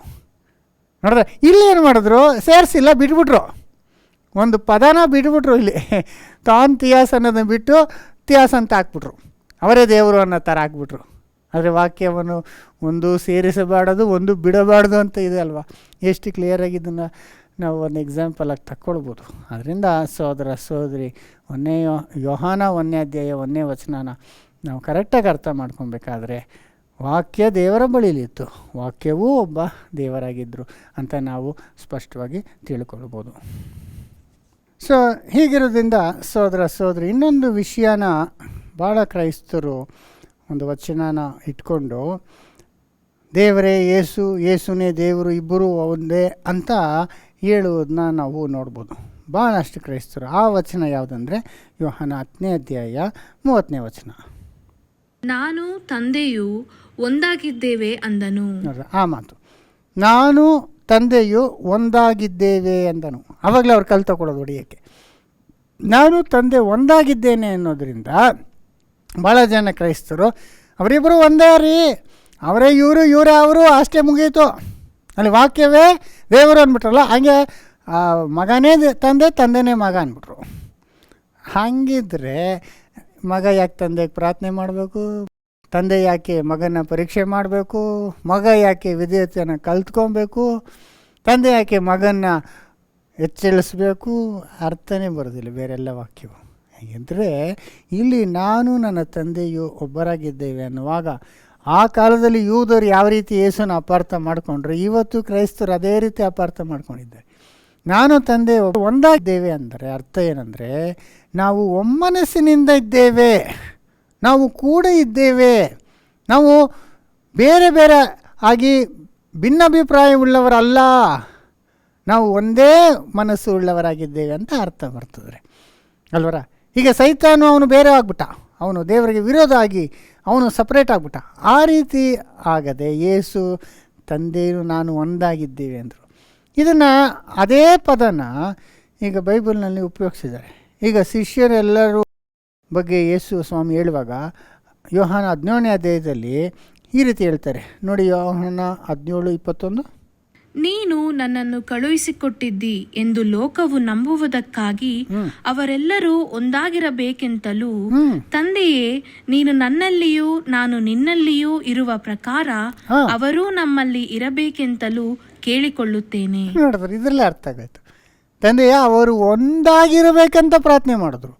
ಹೆಂಗೆ ಅಂದರೆ ನಾನು ನಿನ್ನಲ್ಲಿ ನೀನು ನನ್ನಲ್ಲಿ ಒಂದಾಗಿರೋ ಪ್ರಕಾರ ಅವರು ನಮ್ಮಲ್ಲಿ ಒಂದಾಗಿರುವಂತೆ ಬಿಡ್ಕೊಂಡ್ರು. ಸೊ ಅವರೆಲ್ಲರೂ ಒಂದಾಗಿರ್ಬೇಕಂದ್ರೆ ಅವರೆಲ್ಲ ಒಬ್ಬರೇ ಆಗ್ಬಿಟ್ರಾ? ಇಲ್ಲವೇ. ಅವರು ದೇವರ ಜೊತೆ ಯೇಸು ಜೊತೆ ಒಂದಾಗಿರ್ಬೇಕಂದ್ರೆ ನಾವು ದೇವರೇ ಆಗ್ಬಿಟ್ವಾ? ಇಲ್ವೇ. ನೋಡಿ ಇನ್ನೊಂದ್ಸತಿ, ನೀನು ನನ್ನನ್ನು ಕಳುಹಿಸಿಕೊಟ್ಟಿದ್ದಿ ಎಂದು ಲೋಕವು ನಂಬುವುದಕ್ಕಾಗಿ ಅವರೆಲ್ಲರೂ ಒಂದಾಗಿರಬೇಕೆಂತಲೂ ತಂದೆಯೇ ನೀನು ನನ್ನಲ್ಲಿಯೂ ನಾನು ನಿನ್ನಲ್ಲಿಯೂ ಇರುವ ಪ್ರಕಾರ ಅವರೂ ನಮ್ಮಲ್ಲಿ ಇರಬೇಕೆಂತಲೂ ಕೇಳಿಕೊಳ್ಳುತ್ತೇನೆ. ಅವರೆಲ್ಲರೂ ಒಂದಾಗಿರ್ಬೇಕಂತ ಕೇಳ್ಕೊಳ್ತೀನಿ ಅಂದರೆ ಒಮ್ಮನಸ್ಸಿನಿಂದ ಇರಬೇಕು, ಒಗ್ಗಟ್ಟಾಗಿರಬೇಕು ಅಂತಂದೇ ಅರ್ಥ. ಒಂದೇ ಅಭಿಪ್ರಾಯ ಉಳ್ಳವರಾಗಿರಬೇಕು ಅಂತ ತಾನೇ ಅರ್ಥ, ಒಬ್ಬರೇ ಅಂತಲ್ಲ ಅಲ್ವರ. ಅದಕ್ಕೆ ನೆಕ್ಸ್ಟ್ ವಚನ ಕೂಡ ನೋಡಿ, ನಾವು ಒಂದಾಗಿರುವ ಪ್ರಕಾರ ಅವರೂ ಒಂದಾಗಿರಬೇಕೆಂದು ನೀನು ನನಗೆ ಕೊಟ್ಟಿರುವ ಮಹಿಮೆಯನ್ನು ನಾನು ಅವರಿಗೆ ಕೊಟ್ಟಿದ್ದೇನೆ. ಎಷ್ಟು ಚೆನ್ನಾಗಿದೆ. ಅವರು ಒಂದಾಗಿರಬೇಕೆಂದು. ಹೆಂಗೆ? ನಾವು ಒಂದಾಗಿರೋ ಪ್ರಕಾರ ಅವರು ಒಂದಾಗಿರಬೇಕು. ನಾವೆಲ್ಲ ಒಂದಾಗಿದ್ದೀವಿ ಅಂದರೆ ಅರ್ಥ ಏನು? ನಾವೆಲ್ಲ ಒಬ್ಬರೇ ಅಂತನಾ? ಇಲ್ಲ. ಹಂಗೇನೆ ಯೇಸುನು ತಂದೆನೂ ಒಂದಾಗಿದ್ದಾರೆ ಅಂದರೆ ಒಮ್ಮನಸ್ಸಲ್ಲಿದ್ದಾರೆ ಅಂತ ಅರ್ಥ ಬರ್ತದೆ. 23 ಕೊಡಬಹುದು. ನಾನು ಅವರಲ್ಲಿಯೂ ನೀನು ನನ್ನಲ್ಲಿಯೂ ಇರಲಾಗಿ ಅವರ ಐಕ್ಯವು ಪೂರ್ಣ ಸಿದ್ಧಿಗೆ ಬರುವುದರಿಂದ ನೀನು ನನ್ನನ್ನು ಕಳುಹಿಸಿಕೊಟ್ಟಿದ್ದಿ ಎಂದು ನೀನು ನನ್ನನ್ನು ಪ್ರೀತಿಸಿದಂತೆ ಅವರನ್ನು ಪ್ರೀತಿಸಿದ್ದಿ ಎಂದು ಲೋಕಕ್ಕೆ ತಿಳಿದು ಬರುವುದು. ನೋಡಿದ್ರ, ಅವರಲ್ಲಿ ಐಕ್ಯ ಇರಬೇಕು ಅಂದ್ರೆ ಅದೇ ಐಕ್ಯತೆನೇ ಇಲ್ಲಿ ಹೇಳಿರೋದು. ಒಂದಾಗಿರೋದಂದ್ರೆ ಒಂದು ಐಕ್ಯವಾಗಿರಬೇಕು. ನೀನು ನನ್ನಲ್ಲಿ ಒಂದಾಗಿರೋ ಪ್ರಕಾರ ಅವರು ನಮ್ಮಲ್ಲಿ ಒಂದಾಗಿರಬೇಕು ಅಂದರೆ ಐಕ್ಯತೆಯಿಂದಿರಬೇಕು ಅಂತ ಅರ್ಥ ಬರ್ತದೆ ಅಲ್ವರ. ನಾವು ಒಂದು ಫಂಕ್ಷನ್ಗೆ ಮೀಟಿಂಗ್ ಅಂತ 4 ಜನ ಕಾರಲ್ಲಿ ಹೋಗ್ತಾಯಿದ್ವಿ. ಆಗ ನಾನು ಡ್ರೈವ್ ಮಾಡ್ತಾಯಿದ್ದೆ, ನನ್ನ ಪಕ್ಕ ಇನ್ನೊಂದು ಸಹೋದರಿದ್ದರು.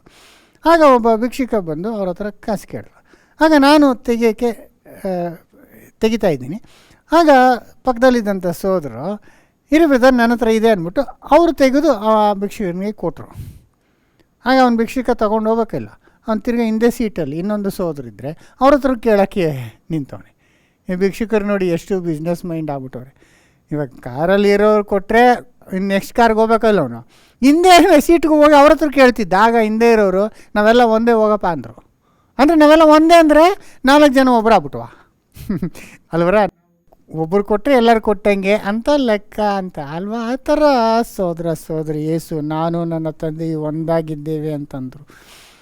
మరి ಇನ್ನೊಂದು ವಿಷಯ ನೋಡಿ, ಈಗ ದೇವರು ಸ್ತ್ರೀ ಪುರುಷರಿಬ್ಬರನ್ನು ಉಂಟು ಮಾಡುವಾಗ ಅವರಿಬ್ಬರು ಒಂದೇ ಶರೀರ ಅಂದರು ಅಲ್ವಾ. ನೋಡಿ ಆದಿಕಾಂಡ 2:24. ಈ ಕಾರಣದಿಂದ ಪುರುಷನು ತಂದೆ ತಾಯಿಗಳನ್ನು ಬಿಟ್ಟು ತನ್ನ ಹೆಂಡತಿಯನ್ನು ಸೇರಿಕೊಳ್ಳುವನು, ಅವರಿಬ್ಬರು ಒಂದೇ ಶರೀರವಾಗಿರುವರು. ಇಬ್ಬರು ಒಂದೇ ಶರೀರ ಅಂದರೆ 4 ಕಣ್ಣು ಹೋಗಿ 2 ಕಣ್ಣು ಆಗೋಯ್ತಾ, 4 ಕಿಡ್ನಿ ಹೋಗಿ 2 ಕಿಡ್ನಿ ಆಗೋಯ್ತಾ? ಹಾಂ, ಒಬ್ರು ಊಟ ಮಾಡಿ ಇನ್ನೊಬ್ರು ಊಟ ಮಾಡ್ದಂಗ. ಸಹೋದರ ಅಂದೇನರ್ಥ, ಒಂದೇ ಮನಸ್ಸು ಉಳ್ಳವರಾಗಿದ್ದಾರೆ ಅಲ್ವರ, ಇಬ್ಬರು ಐಕ್ಯವಾಗಿದ್ದಾರೆ, ಜೊತೆಯಾಗಿದ್ದಾರೆ ಅನ್ನೋದಕ್ಕೆ ಅರ್ಥ. ಅದನ್ನೇ ಯೇಸು ಸ್ವಾಮಿ ಕೂಡ ಮತ್ತೆ 19ನೇ ಅಧ್ಯಾಯ 4-6 ಇದೇ ಉಪಯೋಗಿಸಿ ಹೇಳ್ತಾರೆ ನೋಡಿ. ಆತನು ಮನುಷ್ಯರನ್ನು ನಿರ್ಮಾಣ ಮಾಡಿದವನು, ಆದಿಯಿಂದಲೇ ಅವರನ್ನು ಗಂಡು ಹೆಣ್ಣಾಗಿ ನಿರ್ಮಿಸಿ ಅವರ ವಿಷಯದಲ್ಲಿ ಈ ಕಾರಣದಿಂದ ಪುರುಷನು ತಂದೆ ತಾಯಿಗಳನ್ನು ಬಿಟ್ಟು ತನ್ನ ಹೆಂಡತಿಯನ್ನು ಸೇರಿಕೊಳ್ಳುವನು, ಅವರಿಬ್ಬರು ಒಂದೇ ಶರೀರವಾಗಿರುವರು ಎಂದು ಹೇಳಿದನೆಂಬುದಾಗಿ ನೀವು ಓದಲಿಲ್ಲವೋ? ಹೀಗಿರುವಲ್ಲಿ ಅವರು ಇನ್ನೂ ಇಬ್ಬರಲ್ಲ, ಒಂದೇ ಶರೀರವಾಗಿದ್ದಾರೆ. ಆದುದರಿಂದ ದೇವರು ಕೂಡಿಸಿದ್ದನ್ನು ಮನುಷ್ಯರು ಅಗಲಿಸಬಾರದು. ಅಂದರೆ ಅವರಿಬ್ಬರಲ್ಲ ಒಂದೇ ಶರೀರ, ದೇವರು ಕೂಡಿಸಿದ ಮನುಷ್ಯನ ಅಗಲಿಸಬಾರದು ಅಂದರೆ ಅರ್ಥ ಏನು? ಅವರು ಐಕ್ಯತೆಯಲ್ಲಿದ್ದಾರೆ, ಒಮ್ಮನಸ್ಸಿನಿದ್ದಾರೆ, ಜೊತೆಯಾಗಿ ಜೀವಿಸ್ತಿದ್ದಾರೆ ಅಂತ ಅರ್ಥ ಬರ್ತದೆ ಹೊರತು ಇಬ್ಬರು ಒಬ್ಬರೇ ಅಂತಲ್ಲ. ಇಬ್ಬರು ಒಂದಾಗ್ಬಿಟ್ರು ಅಂದರೆ ಅವರೇ ಇವರೇ ಅವರು ಅಂತ ಅಲ್ಲ ಸಹೋದರ ಸಹೋದರಿ. ಮತ್ತು ಇನ್ನೊಂದು, ಇಬ್ಬರು ಈಕ್ವಲ್ ಅಂತ ಬರೋಲ್ಲ. ಈಗ ಗಂಡ ಹೆಂಡತಿ ಒಂದಾಗಿದ್ದಾರೆ, ಆದರೆ ಈಕ್ವಲ್ ಆಗಿಲ್ಲ, ಸರಿ ಸಮಾನವಾಗಿಲ್ಲ. ಯಾಕೆ? ಪುರುಷನೇ ತಲೆಯಾಗಿದ್ದಾನೆ, ಸ್ತ್ರೀ ಪುರುಷನಿಗೆ ಎಲ್ಲ ವಿಷಯದಲ್ಲಿ ಅಧೀನವಾಗಿರಬೇಕು. ಇದು ಭಾಳ ಸ್ಪಷ್ಟವಾಗಿದೆಯಲ್ಲ ಬೈಬಲ್ನಲ್ಲಿ. ಇವಾಗ ಎಷ್ಟೋ ಜೆಂಡರ್ ಈಕ್ವಾಲಿಟಿ ಅಂತ ಎಲ್ಲ ಮಾಡಿದ್ರು ಬೈಬಲ್ ಪ್ರಕಾರ ಏನು ನೋಡ್ತೀವಿ? ಆದಾಮು ಮೊದಲು ಸೃಷ್ಟಿಸಲ್ಪಟ್ಟನು, ಆಮೇಲೆ ಆದಾಮಿಗೆ ಗೋಸ್ಕರವಾಗಿ ಸ್ತ್ರೀ ಉಂಟು ಮಾಡಲ್ಪಟ್ಟಳು. ಅದನ್ನು ಪೌಲ್ ಚೆನ್ನಾಗಿ ಹೇಳ್ತಾರೆ, ಸ್ತ್ರೀ ಮೊದಲು ಮಾಡಿ ಸ್ತ್ರೀಗೋಸ್ಕರ ಆದಾಮನ ಮಾಡಲಿಲ್ಲ, ಆದಾಮನ ಮಾಡಿ ಆದಾಮಗೋಸ್ಕರ ಸ್ತ್ರೀನ ಉಂಟು ಮಾಡಿದ್ರು ಅಂತ ನಾವು ಬೈಬಲ್ನಲ್ಲಿ ನಾವು ನೋಡ್ಬೋದು. ಅದನ್ನು ಒಂದು ಆಧಾರವಾಗಿ ಇಟ್ಟುಕೊಂಡು ನಾವು ಏನು ತಿಳ್ಕೊಳ್ಬೋದಂದರೆ, ಒಂದಾಗಿದ್ದಾರೆ ಅಂದರೆ ಈಕ್ವಲ್ ಆಗಿದ್ದಾರೆ ಅಂತ ಅಲ್ಲ. ಅದನ್ನು ಎಷ್ಟು ಚೆನ್ನಾಗಿ ನಾವು 1 ಕೊರಿಂಥಿಯ 11ನೇ ಅಧ್ಯಾಯ 3ನೇ ವಚನದಲ್ಲಿ ನಾವು ನೋಡ್ಬೋದು. ಹೆಂಗೆ ಸ್ತ್ರೀಗೆ ತಲೆಯಾಗಿ ಪುರುಷನಿದ್ದಾನೋ ಹಂಗೆ ಪುರುಷನಿಗೆ ತಲೆಯಾಗಿ ಕ್ರಿಸ್ತನಿದ್ದಾನೆ ಅಂತ ಹೇಳಿ ಇನ್ನೊಂದು ವಿಷಯ ಕೂಡ ಹೇಳ್ತಾರೆ ಅಲ್ಲಿ. ಓದಿ 11:3 1 ಕೊರಿಂಥಿಯ. ಆದರೂ ಒಂದು ಸಂಗತಿಯನ್ನು ನೀವು ತಿಳಿಯಬೇಕೆಂದು ನನ್ನ ಇಷ್ಟ, ಅದೇನೆಂದರೆ ಪ್ರತಿ ಪುರುಷನಿಗೂ ಕ್ರಿಸ್ತನು ತಲೆ, ಸ್ತ್ರೀಗೆ ಪುರುಷನು ತಲೆ, ಕ್ರಿಸ್ತನಿಗೆ ದೇವರು ತಲೆ ಆಗಿದ್ದಾನೆ. ನೋಡಿದ್ರ, ಎಲ್ಲ ಪುರುಷರಿಗೂ ಕ್ರಿಸ್ತನು ತಲೆಯಾಗಿದ್ದಾನೆ, ಸ್ತ್ರೀಗೆ ಪುರುಷನು ತಲೆಯಾಗಿದ್ದಾನೆ ಅಂತ ಅಂದ್ಬಿಟ್ಟು ಕ್ರಿಸ್ತನಿಗೆ ದೇವರು ತಲೆ ಅಂದ್ಬಿಟ್ರು. ಅವಾಗ ತಲೆ ಅಂದರೆ ಏನರ್ಥ?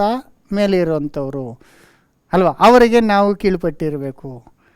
ಹೆಂಗೆ ಒಂದು ಸ್ತ್ರೀಯರು ತಮ್ಮ ಪುರುಷರಿಗೆ ಅಧೀನವಾಗಿ ಇರಬೇಕೋ ಹಂಗೆ ಪುರುಷರು ಕ್ರಿಸ್ತನಿಗೆ ಅಧೀನವಾಗಿರಬೇಕು ಅಲ್ವಾ. ಇದನ್ನು ಎಫೆಸ 5ನೇ ಅಧ್ಯಾಯದಲ್ಲಿ ಚೆನ್ನಾಗಿ ನಾವು ನೋಡ್ತೀವಿ ಅಲ್ವಾ. ಈಗ ನಮಗೆ ತಲೆಯಾಗಿ ಯೇಸು ಇದ್ದಾರೆ, ನಾವು ಯೇಸುಗೆ ನಾವು ಅಧೀನವಾಗಿರಬೇಕು, ಅವರು ನಮಗೆ ಹೆಡ್ಡು ಅಲ್ವಾ. ಇವಾಗ ಯೇಸು ಜೊತೆ ನಾವು ಒಂದಾಗಿದ್ದೇವೆ.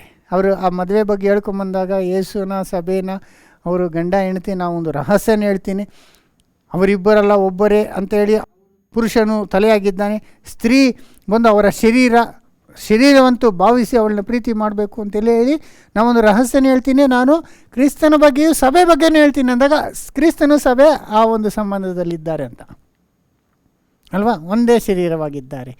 ಯೇಸುನೇ ನಮಗೆ ಪುರುಷನಾಗಿದ್ದಾನೆ, ನಾವು ಆತನ ಒಂದು ಪತ್ನಿಯಾಗಿ ಇರುವ ಪ್ರಕಾರ ಇದೆ ಅನ್ನೋದನ್ನೆಲ್ಲ ನಾವು ನೋಡ್ಬೋದು. ಆದರೆ ಈಕ್ವಲ್ ಆಗಿದ್ದೀವ? ಯೇಸು ಜೊತೆ ನಾವು ಒಂದಾಗಿದ್ದೇವೆ, ಆದರೆ ಈಕ್ವಲ್ ಆಗಿದ್ದೀವ? ಇಲ್ಲ. ಆತ ನಮಗೆ ತಲೆ, ಬಾಸ್, ನಾವು ಆತನಿಗೆ ಅಧೀನವಾಗಿದ್ದೇವೆ ಅಲ್ವರ? ಹೇಗೆ ಸ್ತ್ರೀ ಪುರುಷರು ಒಂದಾಗಿದ್ದಾರೆ, ಆದರೆ ಪುರುಷನೇ ತಲೆಯಾಗಿದ್ದಾನೆ, ಸ್ತ್ರೀ ಅಧೀನವಾಗಿರಬೇಕು. ಹಾಗೆ ಪುರುಷನಿಗೆ ತಲೆ ಯೇಸು, ಅವರು ಒಂದಾಗಿದ್ದಾರೆ. ಯೇಸು ನಮ್ಮೊಂದಿಗೆ ಒಂದಾಗಿದ್ದಾರೆ, ಆದರೆ ಯೇಸು ಅವ್ರ ತಲೆ. ನಾವು ಯೇಸುಗೆ ಹೇಳೋಕ್ಕಾಗ್ತದ? ಹಿಂಗಲ್ಲ, ಹಿಂಗೆ ಮಾಡು, ನಾನು ಹೇಳ್ದಂಗೆ ಮಾಡು ಅನ್ನೋಕ್ಕಾಗತ್ತಾ? ಇಲ್ಲ, ಯೇಸು ನಮಗೆ ಹೇಳ್ತಾರೆ. ಆತನು ಹೇಳಿದಂಥ ಆಜ್ಞೆಗಳನ್ನ ನಾವೇನು ಮಾಡಬೇಕು? ಕೈಗೊಳ್ಬೇಕು.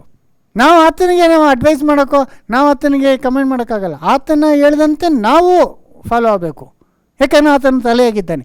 ಹಾಗೇ ಕ್ರಿಸ್ತನಿಗೆ ತಲೆ ದೇವರು ಅಂದ್ಬಿಟ್ರು ನೋಡಿ. ಇನ್ನೊಂದ್ಸತಿ ಮೊನ್ನೆ ಕೊರಿಂಥಿ 11:3, ಆದರೂ ಒಂದು ಸಂಗತಿಯನ್ನು ನೀವು ತಿಳಿಯಬೇಕೆಂದು ನನ್ನ ಇಷ್ಟ, ಅದೇನೆಂದರೆ ಪ್ರತಿ ಪುರುಷನಿಗೂ ಕ್ರಿಸ್ತನು ತಲೆ, ಸ್ತ್ರೀಗೆ ಪುರುಷನು ತಲೆ, ಕ್ರಿಸ್ತನಿಗೆ ದೇವರು ತಲೆ ಆಗಿದ್ದಾನೆ. ಕ್ರಿಸ್ತನಿಗೆ ದೇವರು ತಲೆ ಅಂದ್ಬಿಟ್ರು, ಅಂದರೆ ಕ್ರಿಸ್ತನಿಗಿಂತ ಮೇಲಿದ್ದಾನೆ ದೇವರು.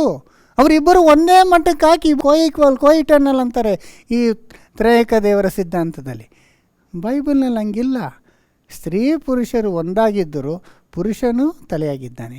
ಹಾಗೆ ಸಭೆ ಯೇಸು ಒಂದಾಗಿದ್ದರು, ಯೇಸು ಅವರಿಗೆ ತಲೆಯಾಗಿದ್ದಾರೆ. ಹಾಗೆ ಯೇಸು ದೇವರಿಗೆ ಜೊತೆ ಒಂದಾಗಿದ್ದರು, ಯೇಸುಗೆ ತಲೆಯಾಗಿ ದೇವರಿದ್ದಾರೆ. ಅಂದರೆ ಹೆಡ್ ಅಂದರೆ ಅವ್ರಿಗಿಂತ ಅಬೌವ್, ಅವ್ರಿಗಿಂತ ಮೇಲಾದವರು. ಹಂಗೇನೆ ಬೈಬಲ್ನಲ್ಲಿ ನೋಡ್ತೀವಲ್ಲ, ಅವ್ರು ಹೇಳ್ದಂಗೆ ಇಳಿದು ಬಂದರು, ಅವ್ರು ಹೇಳ್ದಂಗೆ ಎಲ್ಲ ಕಷ್ಟನ ಅನುಭವಿಸಿದ್ರು, ಅವ್ರು ಹೇಳ್ದಂಗೆ ಪ್ರಾಣನ ಕೊಟ್ಟರು, ಎಲ್ಲ ಅವ್ರು ಹೇಳ್ದಂಗೆ ಮಾಡ್ತಿದ್ದಾರೆ. ಹಂಗೇನೆ ಯೇಸು ಹೇಳ್ದಂಗೆ ನಾವು ಮಾಡಬೇಕು, ನಾವು ಹೇಳ್ದಂಗೆ ನಮ್ಮ ಹೆಂಡತಿಯರು ಮಾಡಬೇಕು ಅಲ್ವರ? ಆದ್ದರಿಂದ ಸಹೋದರ ಸಹೋದರಿ, ತಲೆಗೂ ಬಾಡಿಗೂ ಎಷ್ಟು ವ್ಯತ್ಯಾಸ ಇದೆ ನೋಡಿ. ಅಷ್ಟು ವ್ಯತ್ಯಾಸ ದೇವರಿಗೂ ಯೇಸುಗೂ ಇದೆ.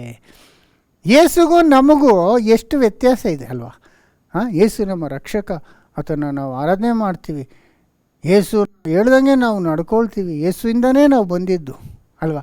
ಅಷ್ಟೇ ಡಿಫ್ರೆನ್ಸು ಯೇಸುಗೂ ತಂದೆಗೂ ಇದೆ. ಯೇಸು ಅದೇ ಥರ ತಂದೆನ ಅವರ ದೇವರಂತ ಆರಾಧನೆ ಮಾಡ್ತಾರೆ, ಅವ್ರನ್ನ ಮಹಿಮೆ ಪಡಿಸ್ತಾರೆ, ಅವ್ರು ಹೇಳ್ದಂಗೆ ಎಲ್ಲ ಇವ್ರು ಮಾಡ್ತಾರೆ ಅನ್ನುವಾಗ ಎಷ್ಟು ಕ್ಲಿಯರ್. ಯಾಕೆಂದರೆ ಭಾಳ ಕಡೆ ಈ ಒಂದು ವಚನನ ಉಪಯೋಗಿಸಿ ಗಾಡ್ಸ್ ಫಾರ್ಮುಲಾ ಫಾರ್ ಫ್ಯಾಮಿಲಿ ಅಂತೆಲ್ಲ ಹೇಳ್ತಾರೆ. ಮಕ್ಕಳಂತ ಹಾಕಿ, ಮಕ್ಕಳ ಮೇಲೆ ಒಂದು ಅಂಬ್ರಲ್ಲ, ಒಂದು ಕೊಡೆ ಥರ ಹಾಕಿ, ಅದು ತಾಯಿ ಮೇಲೆ ತಂದೆ ಅವರ ಗಂಡ, ಅವರ ಮೇಲೆ ಯೇಸು ಸ್ವಾಮಿ, ಅಲ್ಲಿಗೆ ನಿಲ್ಲಿಸ್ಬಿಡ್ತಾರೆ. ಎಷ್ಟು ಕಡೆ ನಾವು ನೋಡಿದ್ದೀನಿ ಇದು. ಆದರೆ ನನಗೆ ಭಾಳ ಸಿಟ್ಟು ಬರ್ತದೆ. ಯಾಕೆಂದರೆ ಅಲ್ಲಿಗೆ ಯಾಕೆ ನಿಲ್ಲಿಸಿದ್ರು? ಇವಾಗ ಮಕ್ಕಳು ಹಾಕಿ, ಇಲ್ಲಿ ಮಕ್ಕಳಿಲ್ಲ ಆದರೆ ಅರ್ಥ ಮಾಡ್ಕೊಬೋದು. ಮಕ್ಕಳ ಮೇಲೆ ತಾಯಿ ಮೇಲೆ ಗಂಡನ ಮೇಲೆ ಯೇಸು ಮೇಲೆ ಇನ್ನೊಂದಿದೆ ಅಲ್ಲಿ ಸ್ಟೆಪ್ಪು, ಅದನ್ನು ಹೇಳುವುದೇ ಇಲ್ಲ, ಯಾರು ಅದನ್ನು ಹಾಕುವುದೇ ಇಲ್ಲ. ಆದರೆ ಬೈಬಲ್ನಲ್ಲಿ ಕ್ಲಿಯರಾಗಿ ಕ್ರಿಸ್ತನಿಗೆ ತಲೆ ದೇವರು ಅಂತ ಹೇಳ್ಬಿಟ್ರು. ಅದು ಇನ್ನೊಂದು ಸತಿ ಓದ್ಬಿಡಿ. ಆದರೂ ಒಂದು ಸಂಗತಿಯನ್ನು ನೀವು ತಿಳಿಯಬೇಕೆಂದು ನನ್ನ ಇಷ್ಟ, ಅದೇನೆಂದರೆ ಪ್ರತಿ ಪುರುಷನಿಗೂ ಕ್ರಿಸ್ತನು ತಲೆ, ಸ್ತ್ರೀಗೆ ಪುರುಷನು ತಲೆ, ಕ್ರಿಸ್ತನಿಗೆ ದೇವರು ತಲೆ ಆಗಿದ್ದಾನೆ. ಕ್ರಿಸ್ತನಿಗೆ ದೇವರು ತಲೆ ಆಗಿದ್ದಾನೆ. ಅದನ್ನ ಒಂದಾಗಿದ್ದಾರೆ ಅಂದರೆ, ನಾನು ನನ್ನ ತಂದೆ ಒಬ್ಬರೇ, ಒಂದಾಗಿದ್ದೇವೆ ಅಂದರೆ ಒಬ್ಬರೇ ಅಂತಲ್ಲ, ಈಕ್ವಲ್ ಆಗಿದ್ದೀವಿ ಅಂತಲ್ಲ, ಆದರೆ ಐಕ್ಯವಾಗಿದ್ದೀವಿ ಅಂತ ಮಾತ್ರ ಬರ್ತದೆ. ಅದೇ ಪ್ರಕಾರ 1 ಕೊರಿಂಥಿ 3:23 ಕೂಡ ನೋಡಿ, ನೀವಂತೂ ಕ್ರಿಸ್ತನವರು, ಕ್ರಿಸ್ತನು ದೇವರವನು. ನೋಡಿದ್ರೆ ನಮಗೂ ಕ್ರಿಸ್ತನಿಗೂ ಇರೋ ಡಿಫ್ರೆನ್ಸು ಕ್ರಿಸ್ತನಿಗೂ ದೇವರಿಗೂ ಇದೆ. ಸೋದರ ಸೋದರಿ, ಎಷ್ಟು ಸ್ಪಷ್ಟವಾಗಿದೆ. ನೀವಂತೂ ಕ್ರಿಸ್ತನವರು ಅಂದರೆ ಕ್ರಿಸ್ತನಿಗೆ ಸೇರಿದವರು, ಕ್ರಿಸ್ತನು ದೇವರಿಗೆ ಸೇರಿದವನು. ಅಷ್ಟು ಡಿಫ್ರೆನ್ಸ್ ಬರ್ತದೆ ರೀ. ನಮಗೂ ಯೇಸುಗೂ ಎಷ್ಟು ಡಿಫ್ರೆನ್ಸ್ ಇದೆಯೋ ಅಷ್ಟು ಡಿಫ್ರೆನ್ಸ್ ಯೇಸುಗೂ ತಂದೆಗೂ ಬರ್ತದೆ. ಅವರು ಇನ್ನೂ ಒಂದು ಸ್ಟೆಪ್ ಹೈಯರ್ ಇದ್ದಾರೆ. ಯೇಸು ಹೆಂಗೆ ನಮಗಿಂತ ಉನ್ನತವಾಗಿದ್ದಾರೋ, ಮೇಲೆ ಮಟ್ಟದಲ್ಲಿದ್ದಾರೋ, ಅಷ್ಟೇ ಉನ್ನತವಾಗಿ ಯೇಸುಗಿಂತ ಮೇಲೆ ದೇವರಿದ್ದಾರೆ ಎಂಬುದಾಗಿ ನಾವು ಇಲ್ಲೆಲ್ಲ ತಿಳ್ಕೊಬೋದು. ಆ ಕಾರಣದಿಂದನೇ ಯೇಸು ಒಂದು ದೊಡ್ಡ ದೇವರು, ಮಹಾ ದೇವರು ಅಂತಲೂ ಮತ್ತು ಪರಾಕ್ರಮವಾದ ದೇವರಂತ ಕೂಡ ಯೇಸುಗೆ ಹೇಳಲ್ಪಟ್ಟಿದೆ. ಆದರೆ ಒಬ್ಬನೇ ಸತ್ಯದೇವರಾಗಿರುವಂಥ ಆತನ ತಂದೆ ಸರ್ವಶಕ್ತನಾದಂಥ ದೇವರು ಅಂತ ನಾವು ನೋಡ್ಬೋದು ಅಲ್ವರ? ಯೇಸು ಪರಾಕ್ರಮವಾದ ದೇವರು, ಆದರೆ ಯೆಹೋವ ದೇವರು ಅವರು ಸರ್ವಶಕ್ತನಾದಂಥ ದೇವರು. ಇಂಗ್ಲೀಷನ್ನು ಆಲ್ ಮೈಟಿ ಆ್ಯಂಡ್ ಆಲ್ ಮೈಟಿಗೂ ವ್ಯತ್ಯಾಸ ಇದೆ ಅಲ್ವರ? ಇದನ್ನ ಭಾಳ ಜನ ತಿಳ್ಕೊಳ್ಳೋದಿಲ್ಲ. ಯಾಕಂದರೆ ಆಲ್ ಮೈಟಿ ಅನ್ನೋ ಒಂದು ಪದ ಎಲ್ ಶಡೈ ಅಂತ ಬರ್ತದೆ, ಅಂದರೆ ಸರ್ವಶಕ್ತನಾದಂಥ ದೇವರು, ಆತನು ಒಬ್ಬನೇ ದೇವರು. ಅದು ತಂದೆಯ ದೇವರಿಗೆ, ಯೆಹೋವ ದೇವರಿಗೆ ಮಾತ್ರ ಹೇಳಲ್ಪಟ್ಟಿರೋಂಥ ಆತನ ಒಂದು ಟೈಟಲ್ ಅನ್ನೋದನ್ನ ನಾವು ವಾಕ್ಯದಲ್ಲಿ ನಾವು ನೋಡ್ಬೋದು.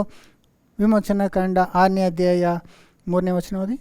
ನಾನು ಯೆಹೋವನು, ಅಬ್ರಹಾಮ, ಇಸಾಕ, ಯಾಕೋಬರಿಗೆ ನಾನು ಸರ್ವಶಕ್ತನಾದ ದೇವರೆಂಬ ಹೆಸರುಳ್ಳವನಾಗಿ ಕಾಣಿಸಿಕೊಂಡೆನೇ ಹೊರತು ಯೆಹೋವನು ಎಂಬ ನನ್ನ ಹೆಸರಿನಿಂದ ಅವರಿಗೆ ಗೋಚರವಾಗಲಿಲ್ಲ. ನೋಡಿದ್ರ, ಯೆಹೋವ ಎಂಬ ನನ್ನ ಹೆಸರಿಂದ ಗೋಚರವಾಗಲಿಲ್ಲ, ಆದರೆ ಸರ್ವಶಕ್ತನು ಎಂಬುದಾಗಿ ಅವರಿಗೆ ಕಾಣಿಸ್ಕೊಂಡರು ಅನ್ನುವಾಗ ಸರ್ವಶಕ್ತನು ಅನ್ನೋದು ಆತನೇ. ಯೆಹೋವಾಗೆ ಆ ಒಂದು ಟೈಟಲ್ ಇರೋದು, ಆತನೇ ಸರ್ವಶಕ್ತನು. ನಮ್ಮ ಯೇಸು ಕ್ರಿಸ್ತನಿಗೆ ಸರ್ವ ಅಧಿಕಾರವು ಕೊಡಲ್ಪಟ್ಟಿದೆ, ಆದರೆ ಸರ್ವಶಕ್ತನು ಅಂತ ಹೇಳಲಿಕ್ಕಾಗೋದಿಲ್ಲ. ಯಾಕೆಂದರೆ ಯೇಸು ಸ್ವಾಮಿಗೆ ಇರುವಂಥದ್ದೆಲ್ಲ ತಂದೆಯಿಂದ ಪಡ್ಕೊಂಡಂಥದ್ದು. ಅಲ್ಲಿ ಡಿಫ್ರೆನ್ಸ್ ಇದೆ ರೀ. ಈತನು ಎಲ್ಲ ಅಧಿಕಾರವನ್ನು ಹೊಂದಿದ್ದಾರೆ, ಆದರೆ ಇವರಿಗಿಂತ ದೊಡ್ಡವನಾಗಿ ಸರ್ವಶಕ್ತನಾಗಿರೋದು ಯೆಹೋವ ದೇವರು ಮಾತ್ರ.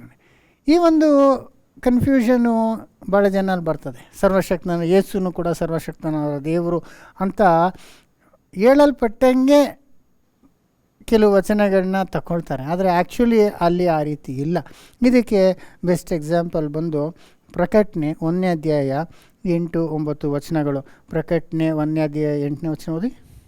ನಾನು ಆದಿಯೂ ಅಂತವೂ ವರ್ತಮಾನ ಭೂತ ಭವಿಷ್ಯತ್ ಕಾಲಗಳಲ್ಲಿರುವವನು ಸರ್ವಶಕ್ತನೂ ಆಗಿದ್ದೇನೆ ಎಂದು ದೇವರಾದ ಕರ್ತನು ಹೇಳುತ್ತಾನೆ. ಇಲ್ಲಿ ಇದನ್ನು ಯೇಸು ಸ್ವಾಮಿಗೆ ಹೇಳ್ದಂಗೆ ಹಾಕ್ಬಿಟ್ರು. ಸರ್ವಶಕ್ತನಾದಂಥ ದೇವರು ಆಗಿದ್ದೇನೆ ಅಂತ ಹೇಳ್ದಂಗೆ ಇದನ್ನು ಎಲ್ಲ ಇಂಗ್ಲೀಷಲ್ಲಿ ಯೇಸು ಹೇಳಿದ್ದೆಲ್ಲ ಹಿಂಗೆ ರೆಡ್ಡಲ್ಲಿ ಹಾಕ್ತಾರಲ್ಲ, ಹಂಗೆ ರೆಡ್ಡಲ್ಲಿ ಬೇರೆ ಹಾಕ್ಬಿಟ್ರು. ನೋಡಿದ್ರ, I am alpha and omega, the beginning and the ending, saith the Lord which is and which was which is to come, the almighty ಅಂದ್ಬಿಟ್ರು. ಆಗ ಯೇಸುನೇ ಆಲ್ಮೈಟಿ ಅಂತ ಭಾಳ ಜನ ಕ್ರೈಸ್ತರು, ಈವನ್ ಬೈಬಲ್ ಸ್ಟೂಡೆಂಟ್ಸು ಕೂಡ ಆ ಥರ ಹೇಳೋದನ್ನ ನಾವು ನೋಡ್ತೀವಿ. ಆದರೆ ಇದು ಹೇಳಿರುವಂಥದ್ದು ಯೇಸುಗಲ್ಲ. ಇವ್ರು ರೆಡ್ಡಲ್ಲಿ ಹಾಕ್ಬಿಟ್ರೆ ಅದು ಯೇಸು ಅಂತಲ್ಲ. ಅದನ್ನೆಲ್ಲ ಗಮನಿಸಿ ಓದುವಾಗ ಆಲ್ಫಾ ಒಮೆಗಾ ಅಂದರೆ ನಾನೇ ಆದಿಯು ಅಂತ್ಯವು ಸರ್ವಶಕ್ತನು ಅನ್ನೋದು ತಂದೆಯ ದೇವರಿಗೆ ಕೊಟ್ಟಂಥ ಒಂದು ಟೈಟ್ಲ್ ಆಗಿದೆ.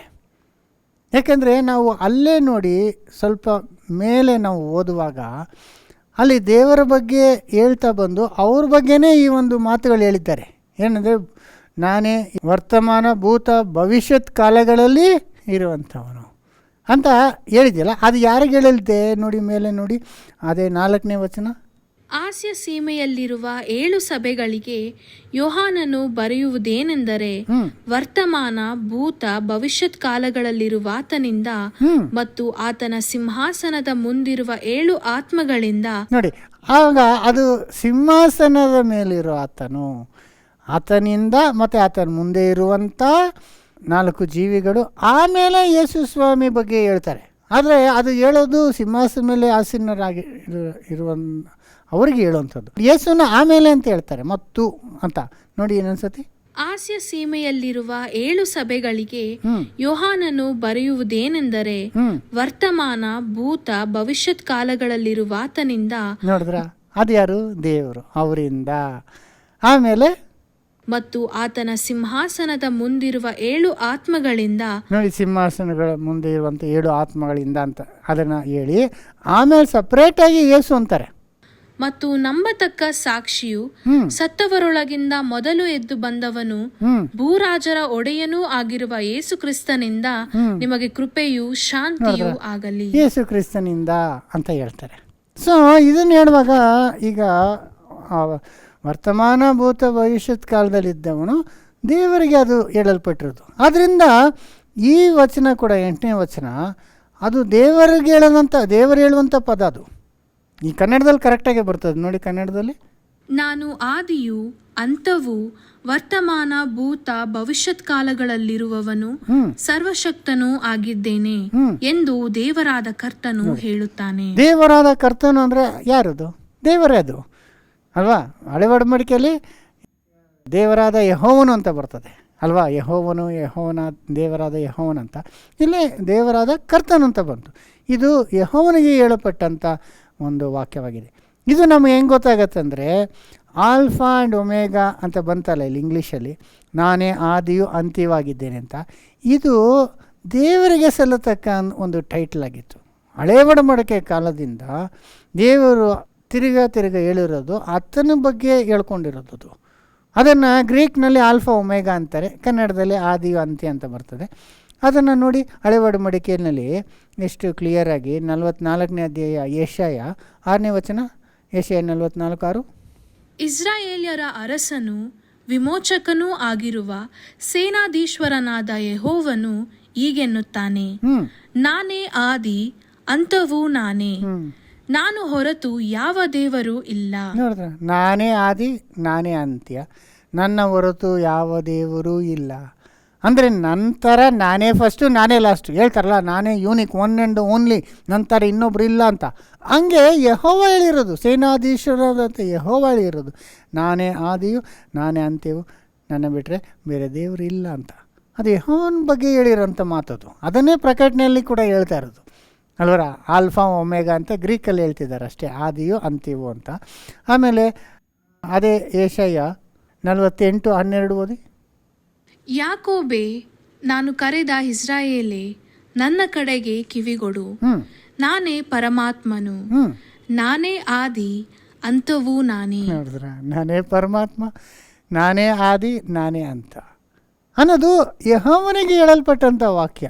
ಅದನ್ನೇ ಪ್ರಕಟಣೆಯಲ್ಲಿ ಇಲ್ಲಿ ಸಿಂಹಾಸನ ಮೇಲೂ ಇರುವ ಆತನು ವರ್ತಮಾನ ಭೂತ ಭವಿಷ್ಯಕಾಲದಲ್ಲಿ ಇರುವಂಥವನು ಹೇಳಿರುವಂಥದ್ದು ಅಂತ ಹೇಳಿ 18ನೇ ವಚನದಲ್ಲಿ ನಾನೇ ಆದಿಯು ಅಂತ್ಯವು ದೇವರಾದ ಕರ್ತನಂತ ಹೇಳಿರೋದು. ಅದನ್ನು ಯೇಸುಗೆ ಇವರು ಟೈಟ್ಲು ಕೊಡೋಂಥವ್ರಾಗಿದ್ದಾರೆ. ಅದು ತಪ್ಪಾಗ್ತದೆ. ಯಾಕಂದರೆ ಸರ್ವಶಕ್ತನಾದ ದೇವರನ್ನೋದು ಅದು ಯೆಹೋವ ದೇವರು ಮಾತ್ರ. ಆಮೇಲೆ ಹೆಂಗೋ ಹಳೆ ಒಡಂಬಡಿಕೆಯಲ್ಲಿ ಇರುವಂಥ ಯೆಹೋವ ದೇವರೇ ಯೇಸು ಹೋದಾಗಿ ತೋರ್ಬರ್ಬೇಕಂತ ಭಾಳ ಪ್ರಯತ್ನ ಮಾಡಿದ್ದಾರೆ. ಹಳೆ ಒಡಂಬಡಿಕೆಯಲ್ಲಿ ಇರುವಂಥ ಸರ್ವಶಕ್ತನಾದ ದೇವರು ಯೇಸುನೇ ಅನ್ನೋ ರೀತಿ ಬೈಬಲಲ್ಲಿ ಬರಬೇಕು ಅನ್ನೋದಕ್ಕಾಗಿ ಕೆಲವೊಂದು ವಾಕ್ಯಗಳನ್ನ ಕೂಡ ಸೇರಿಸ್ಬಿಟ್ಟಿದ್ದಾರೆ ಸೋದರಿ. ಪ್ರಕಟಣೆಯಲ್ಲಿ ಹೇಳ್ತಾರಲ್ಲ, ಈ ವಾಕ್ಯಕ್ಕೆ ಯಾರು ಸೇರಿಸ್ಬಾರ್ದು, ಯಾರು ತೆಗಿಬಾರ್ದು. ಆದರೆ ಹಂಗೆ ಮಾಡ್ತಾರಂತ ಗೊತ್ತಿದ್ದೇ ದೇವರು ಹಂಗೆ ಹೇಳಿರೋದು, ಹಂಗೆ ಮಾಡಿದ್ದಾರೆ, ಸೇರಿಸ್ಬಿಟ್ಟಿದ್ದಾರೆ. ಯೇಸುನ ಸರ್ವಶಕ್ತನಾದ ದೇವರು ಅವರೇ, ತಂದೆಯ ದೇವರು, ಆಲ್ಫಾ ಒಮೇಗಾ ಇವರೇ ಅನ್ನೋದಕ್ಕೋಸ್ಕರ.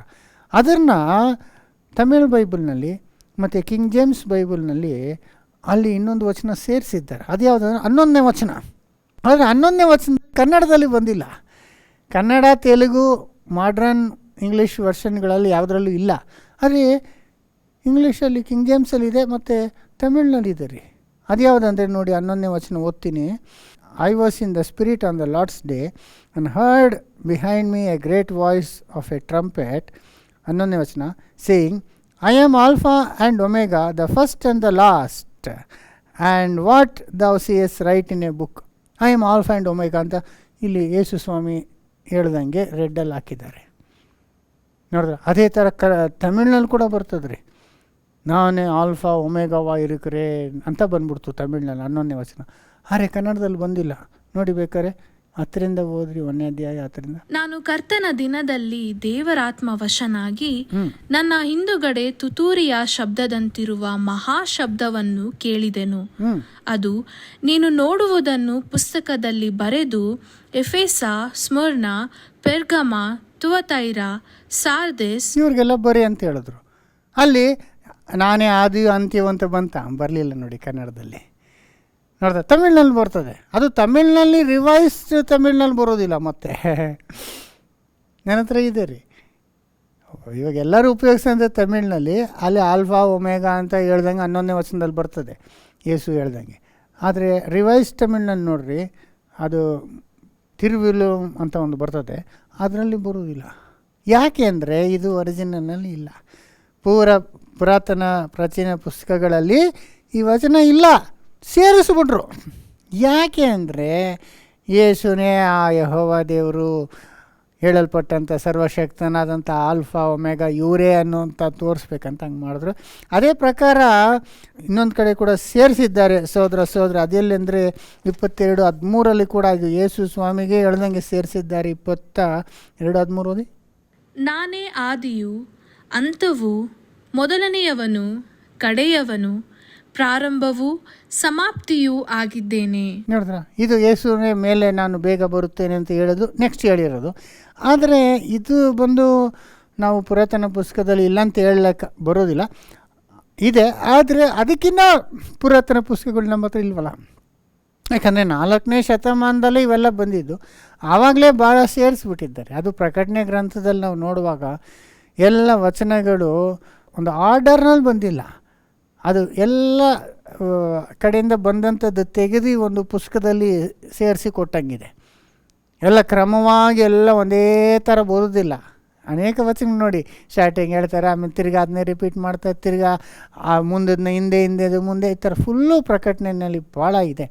ಆ ಥರ ಇದು ಒಂದು ವಚನ ಒಂದು ಬಂದಿದೆ ಹೊರತು ಆ ಒಂದು ಟೈಟಲು ದೇವರಿಗೆ ಮಾತ್ರ ಸಲ್ಲತಕ್ಕದ್ದು. ಅದನ್ನು ನೋಡಿ 21ನೇ ಅಧ್ಯಾಯದಲ್ಲಿ ಕೂಡ ನೋಡಿ, ಅದು ಕೂಡ ಅಲ್ಲಿ ಕೂಡ ದೇವರಿಗೆ ಹೇಳಿರೋಂಥ ವಾಕ್ಯ 21:6 ಪ್ರಕಟಣೆ. ಆಗ ಸಿಂಹಾಸನದ ಮೇಲೆ ಕೂತಿದ್ದವನು ಎಲ್ಲ ನೆರವೇರಿತು, ನಾನೇ ಆದಿಯೂ ಅಂತವೂ ಪ್ರಾರಂಭವೂ ಸಮಾಪ್ತಿಯೂ ಆಗಿದ್ದೇನೆ. ನೋಡಿದ್ರ, ಸೊ ಎಷ್ಟು ಚೆನ್ನಾಗಿ ನಾನೇ ಆದಿಯೂ ಅಂತ್ಯವೂ ಸಮಾಪ್ತವು ಪ್ರಾರಂಭ ಎಲ್ಲ ನಾನೇ ಆಗಿದ್ದೇನೆ ಅಂತ ಹೇಳಿದ್ರಲ್ಲ. ಹಂಗಿರ್ಬೇಕಾದ್ರೆ ಇಬ್ಬರು ಒಂದೇ ವಿಷಯನ ಹೇಳೋಕ್ಕಾಗತ್ತಾ ಅಲ್ರ? ಈಗ ದೇವರು ಹಳೆ ಒಡಂಬಡಿಕೆಯಿಂದ ನಾನೇ ಆದಿ ನಾನೇ ಅಂತ್ಯ ವರ್ತಮಾನ ಭೂತ ಕಾಲದಲ್ಲಿ ಇದಂಥವನಂತ ಆತನ ಒಬ್ಬರ ಬಗ್ಗೆನೇ, ಆತನ ಬಿಟ್ಟರೆ ಬೇರೆ ಯಾರೂ ಇಲ್ಲ ಅಂತ ಆ ಥರ ಹೇಳ್ತಿದ್ದಾರೆ. ಈಗ ಯೇಸು ನಾನೇ ಆದಿ ಅಂತ್ಯ ಅಂದರೆ ಅವಾಗ ಯಾರು ಅಲ್ವಾ? ಆ್ಯಕ್ಚುಲಿ ನೋಡ್ಬೇಕು, ಯೇಸುನೇ ಆದಿ ಅಂತ್ಯ ಅಂತ ಹೇಳೋಕ್ಕಾಗಲ್ಲ. ಯಾಕಂದರೆ ಅವರಲ್ಲಿ ಅಂತ್ಯ ಆಗಲಿಲ್ವಲ್ಲ. ಅವರು ಸೃಷ್ಟಿಯಲ್ಲಿ ಆದಿ, ನಮ್ಮೆಲ್ಲರಿಗೆ ಅವರು ಆದಿಯಾಗಿದ್ದಾರೆ. ಆದರೆ ಅವ್ರಿಗೆ ಮುಂಚೆ ದೇವರು ಇದ್ದಾರಲ್ಲ, ಅವ್ರ ಪ್ರಕಾರ ಯಾರೂ ಇಲ್ಲ. ಅವ್ರ ಥರ ಯೆಹೋವ ಥರ ಅವರೇ ಆದಿ ಅವರೇ ಅಂತ್ಯ, ಅವ್ರ ಥರ ಇನ್ನೊಬ್ಬರು ಬರಲಿಲ್ಲ. ಅವರಿಂದ ಬಂದವರೇ ಯೇಸು. ಆಮೇಲೆ ಯೇಸುನೇ ಅಂತ್ಯ ಅಂತ ಹೇಳೋಕ್ಕಾಗಲ್ಲ. ಯೇಸು ನಂತರ ಆಮೇಲೆ ಸೃಷ್ಟಿಗಳೆಲ್ಲ ಬಂತಾರೆ. ಅನೇಕ ಸಹೋದರಗಳಲ್ಲಿ ಇವರನ್ನು ಜ್ಯೇಷ್ಠನಾಗಿ ಮಾಡುವಂತೆ ದೇವರು ಮಾಡಿದ್ರಲ್ಲ. ಸೊ ಅದು ಯೇಸು ಸ್ವಾಮಿಗೆ ಅಪ್ಲೈ ಆಗೋದಿಲ್ಲ. ಸೊ ಸಹೋದರ ಸಹೋದರಿ, ಈ ವಿಷಯದಲ್ಲಿ ನಾವು ಮುಖ್ಯವಾಗಿ ನಾವು ತಿಳ್ಕೊಂಡದ್ದು ಏನು ಅನ್ನುವಾಗ, ದೇವರಿಗೂ ಯೇಸುವಿರುವಂಥ ಒಂದು ವ್ಯತ್ಯಾಸ. ಯೇಸು ಕೂಡ ದೇವರಾಗಿದ್ದಾನೆ, ಆದರೆ ಆತನು ಸರ್ವಶಕ್ತನಾದ ದೇವರೇ ಅಲ್ಲ. ಒಬ್ಬನೇ ಸತ್ಯ ದೇವರಾದಂಥವರು ಯೆಹೋವ, ಇಸ್ರಾಯೇಲ್ ದೇವರು ಮಾತ್ರ. ಆತನೇ ಸೃಷ್ಟಿಕರ್ತ. ಆತನಿಂದ ಬಂದಂಥವರೆಲ್ಲರೂ ದೇವರುಗಳಾಗಿ ಬೈಬಲಲ್ಲಿ ಹೇಳಲ್ಪಟ್ಟಿದೆ. ಆ ದೇವರುಗಳಲ್ಲಿ ಮಹಾದೇವರು, ಪರಾಕ್ರಮವಾದಂಥ ದೇವರಾಗಿ ಯೇಸು ಬರ್ತಾರೆ. ಆದರೆ ತಂದೆಯ ದೇವರು ಸರ್ವಶಕ್ತನಾದಂಥ ದೇವರಾಗಿದ್ದಾರೆ. ಈ ಡಿಫ್ರೆನ್ಸು ಯೇಸುಗೇನೆ ತಲೆಯಾಗಿದ್ದಾರೆ ಅವರು ಅನ್ನೋದೆಲ್ಲ ನಾವು ಈ ವಿಷಯದಲ್ಲಿ ಇವತ್ತು ತಿಳ್ಕೊಂಡ್ವಿ. ಆದರೆ ಇನ್ನೂ ಕೆಲವು ವಚನಗಳಿದೆ. ಇದೇ ರೀತಿ ನಾವು ಯೋಹಾನ 1:1 ಇಲ್ಲ ಓದ್ಕೊಂಬಂದ್ವಲ್ಲ, ಯೋಹಾನ 10:30 ಮಾಡ್ಕೊಂಬಂದು, ಅದೇ ಥರ ಕೆಲವು ವಚನಗಳು ಅದು ಇಬ್ಬರು ಒಂದೇ ರೀತಿಯಲ್ಲಿ ಅವರೇ ಇವರು ಅನ್ನೋ ರೀತಿಯಲ್ಲೆಲ್ಲ ಇದೆ. ಆದರೆ ಅದನ್ನು ನಾವು ಕರೆಕ್ಟಾಗಿ ಅರ್ಥ ಮಾಡ್ಕೊಳ್ಳುವಾಗ ಎಲ್ಲ ವಿಷಯ ನಮಗೆ ಸಂಪೂರ್ಣವಾಗಿ ತಿಳಿತದೆ. ದೇವ್ರ ಚಿತ್ತ ಇದ್ದರೆ ನಾವು ನೆಕ್ಸ್ಟ್ ಕ್ಲಾಸಲ್ಲಿ ಇನ್ನೂ ಅನೇಕ ಇಂಟ್ರೆಸ್ಟಿಂಗ್ ವಿಷಯನ ನಾವು ನೋಡ್ಕೊಳ್ಳೋಣ. ಅಲ್ಲಿ ತನಕ ದೇವರು ನಿಮ್ಮೊಂದಿಗೆ ಇರಲಿ.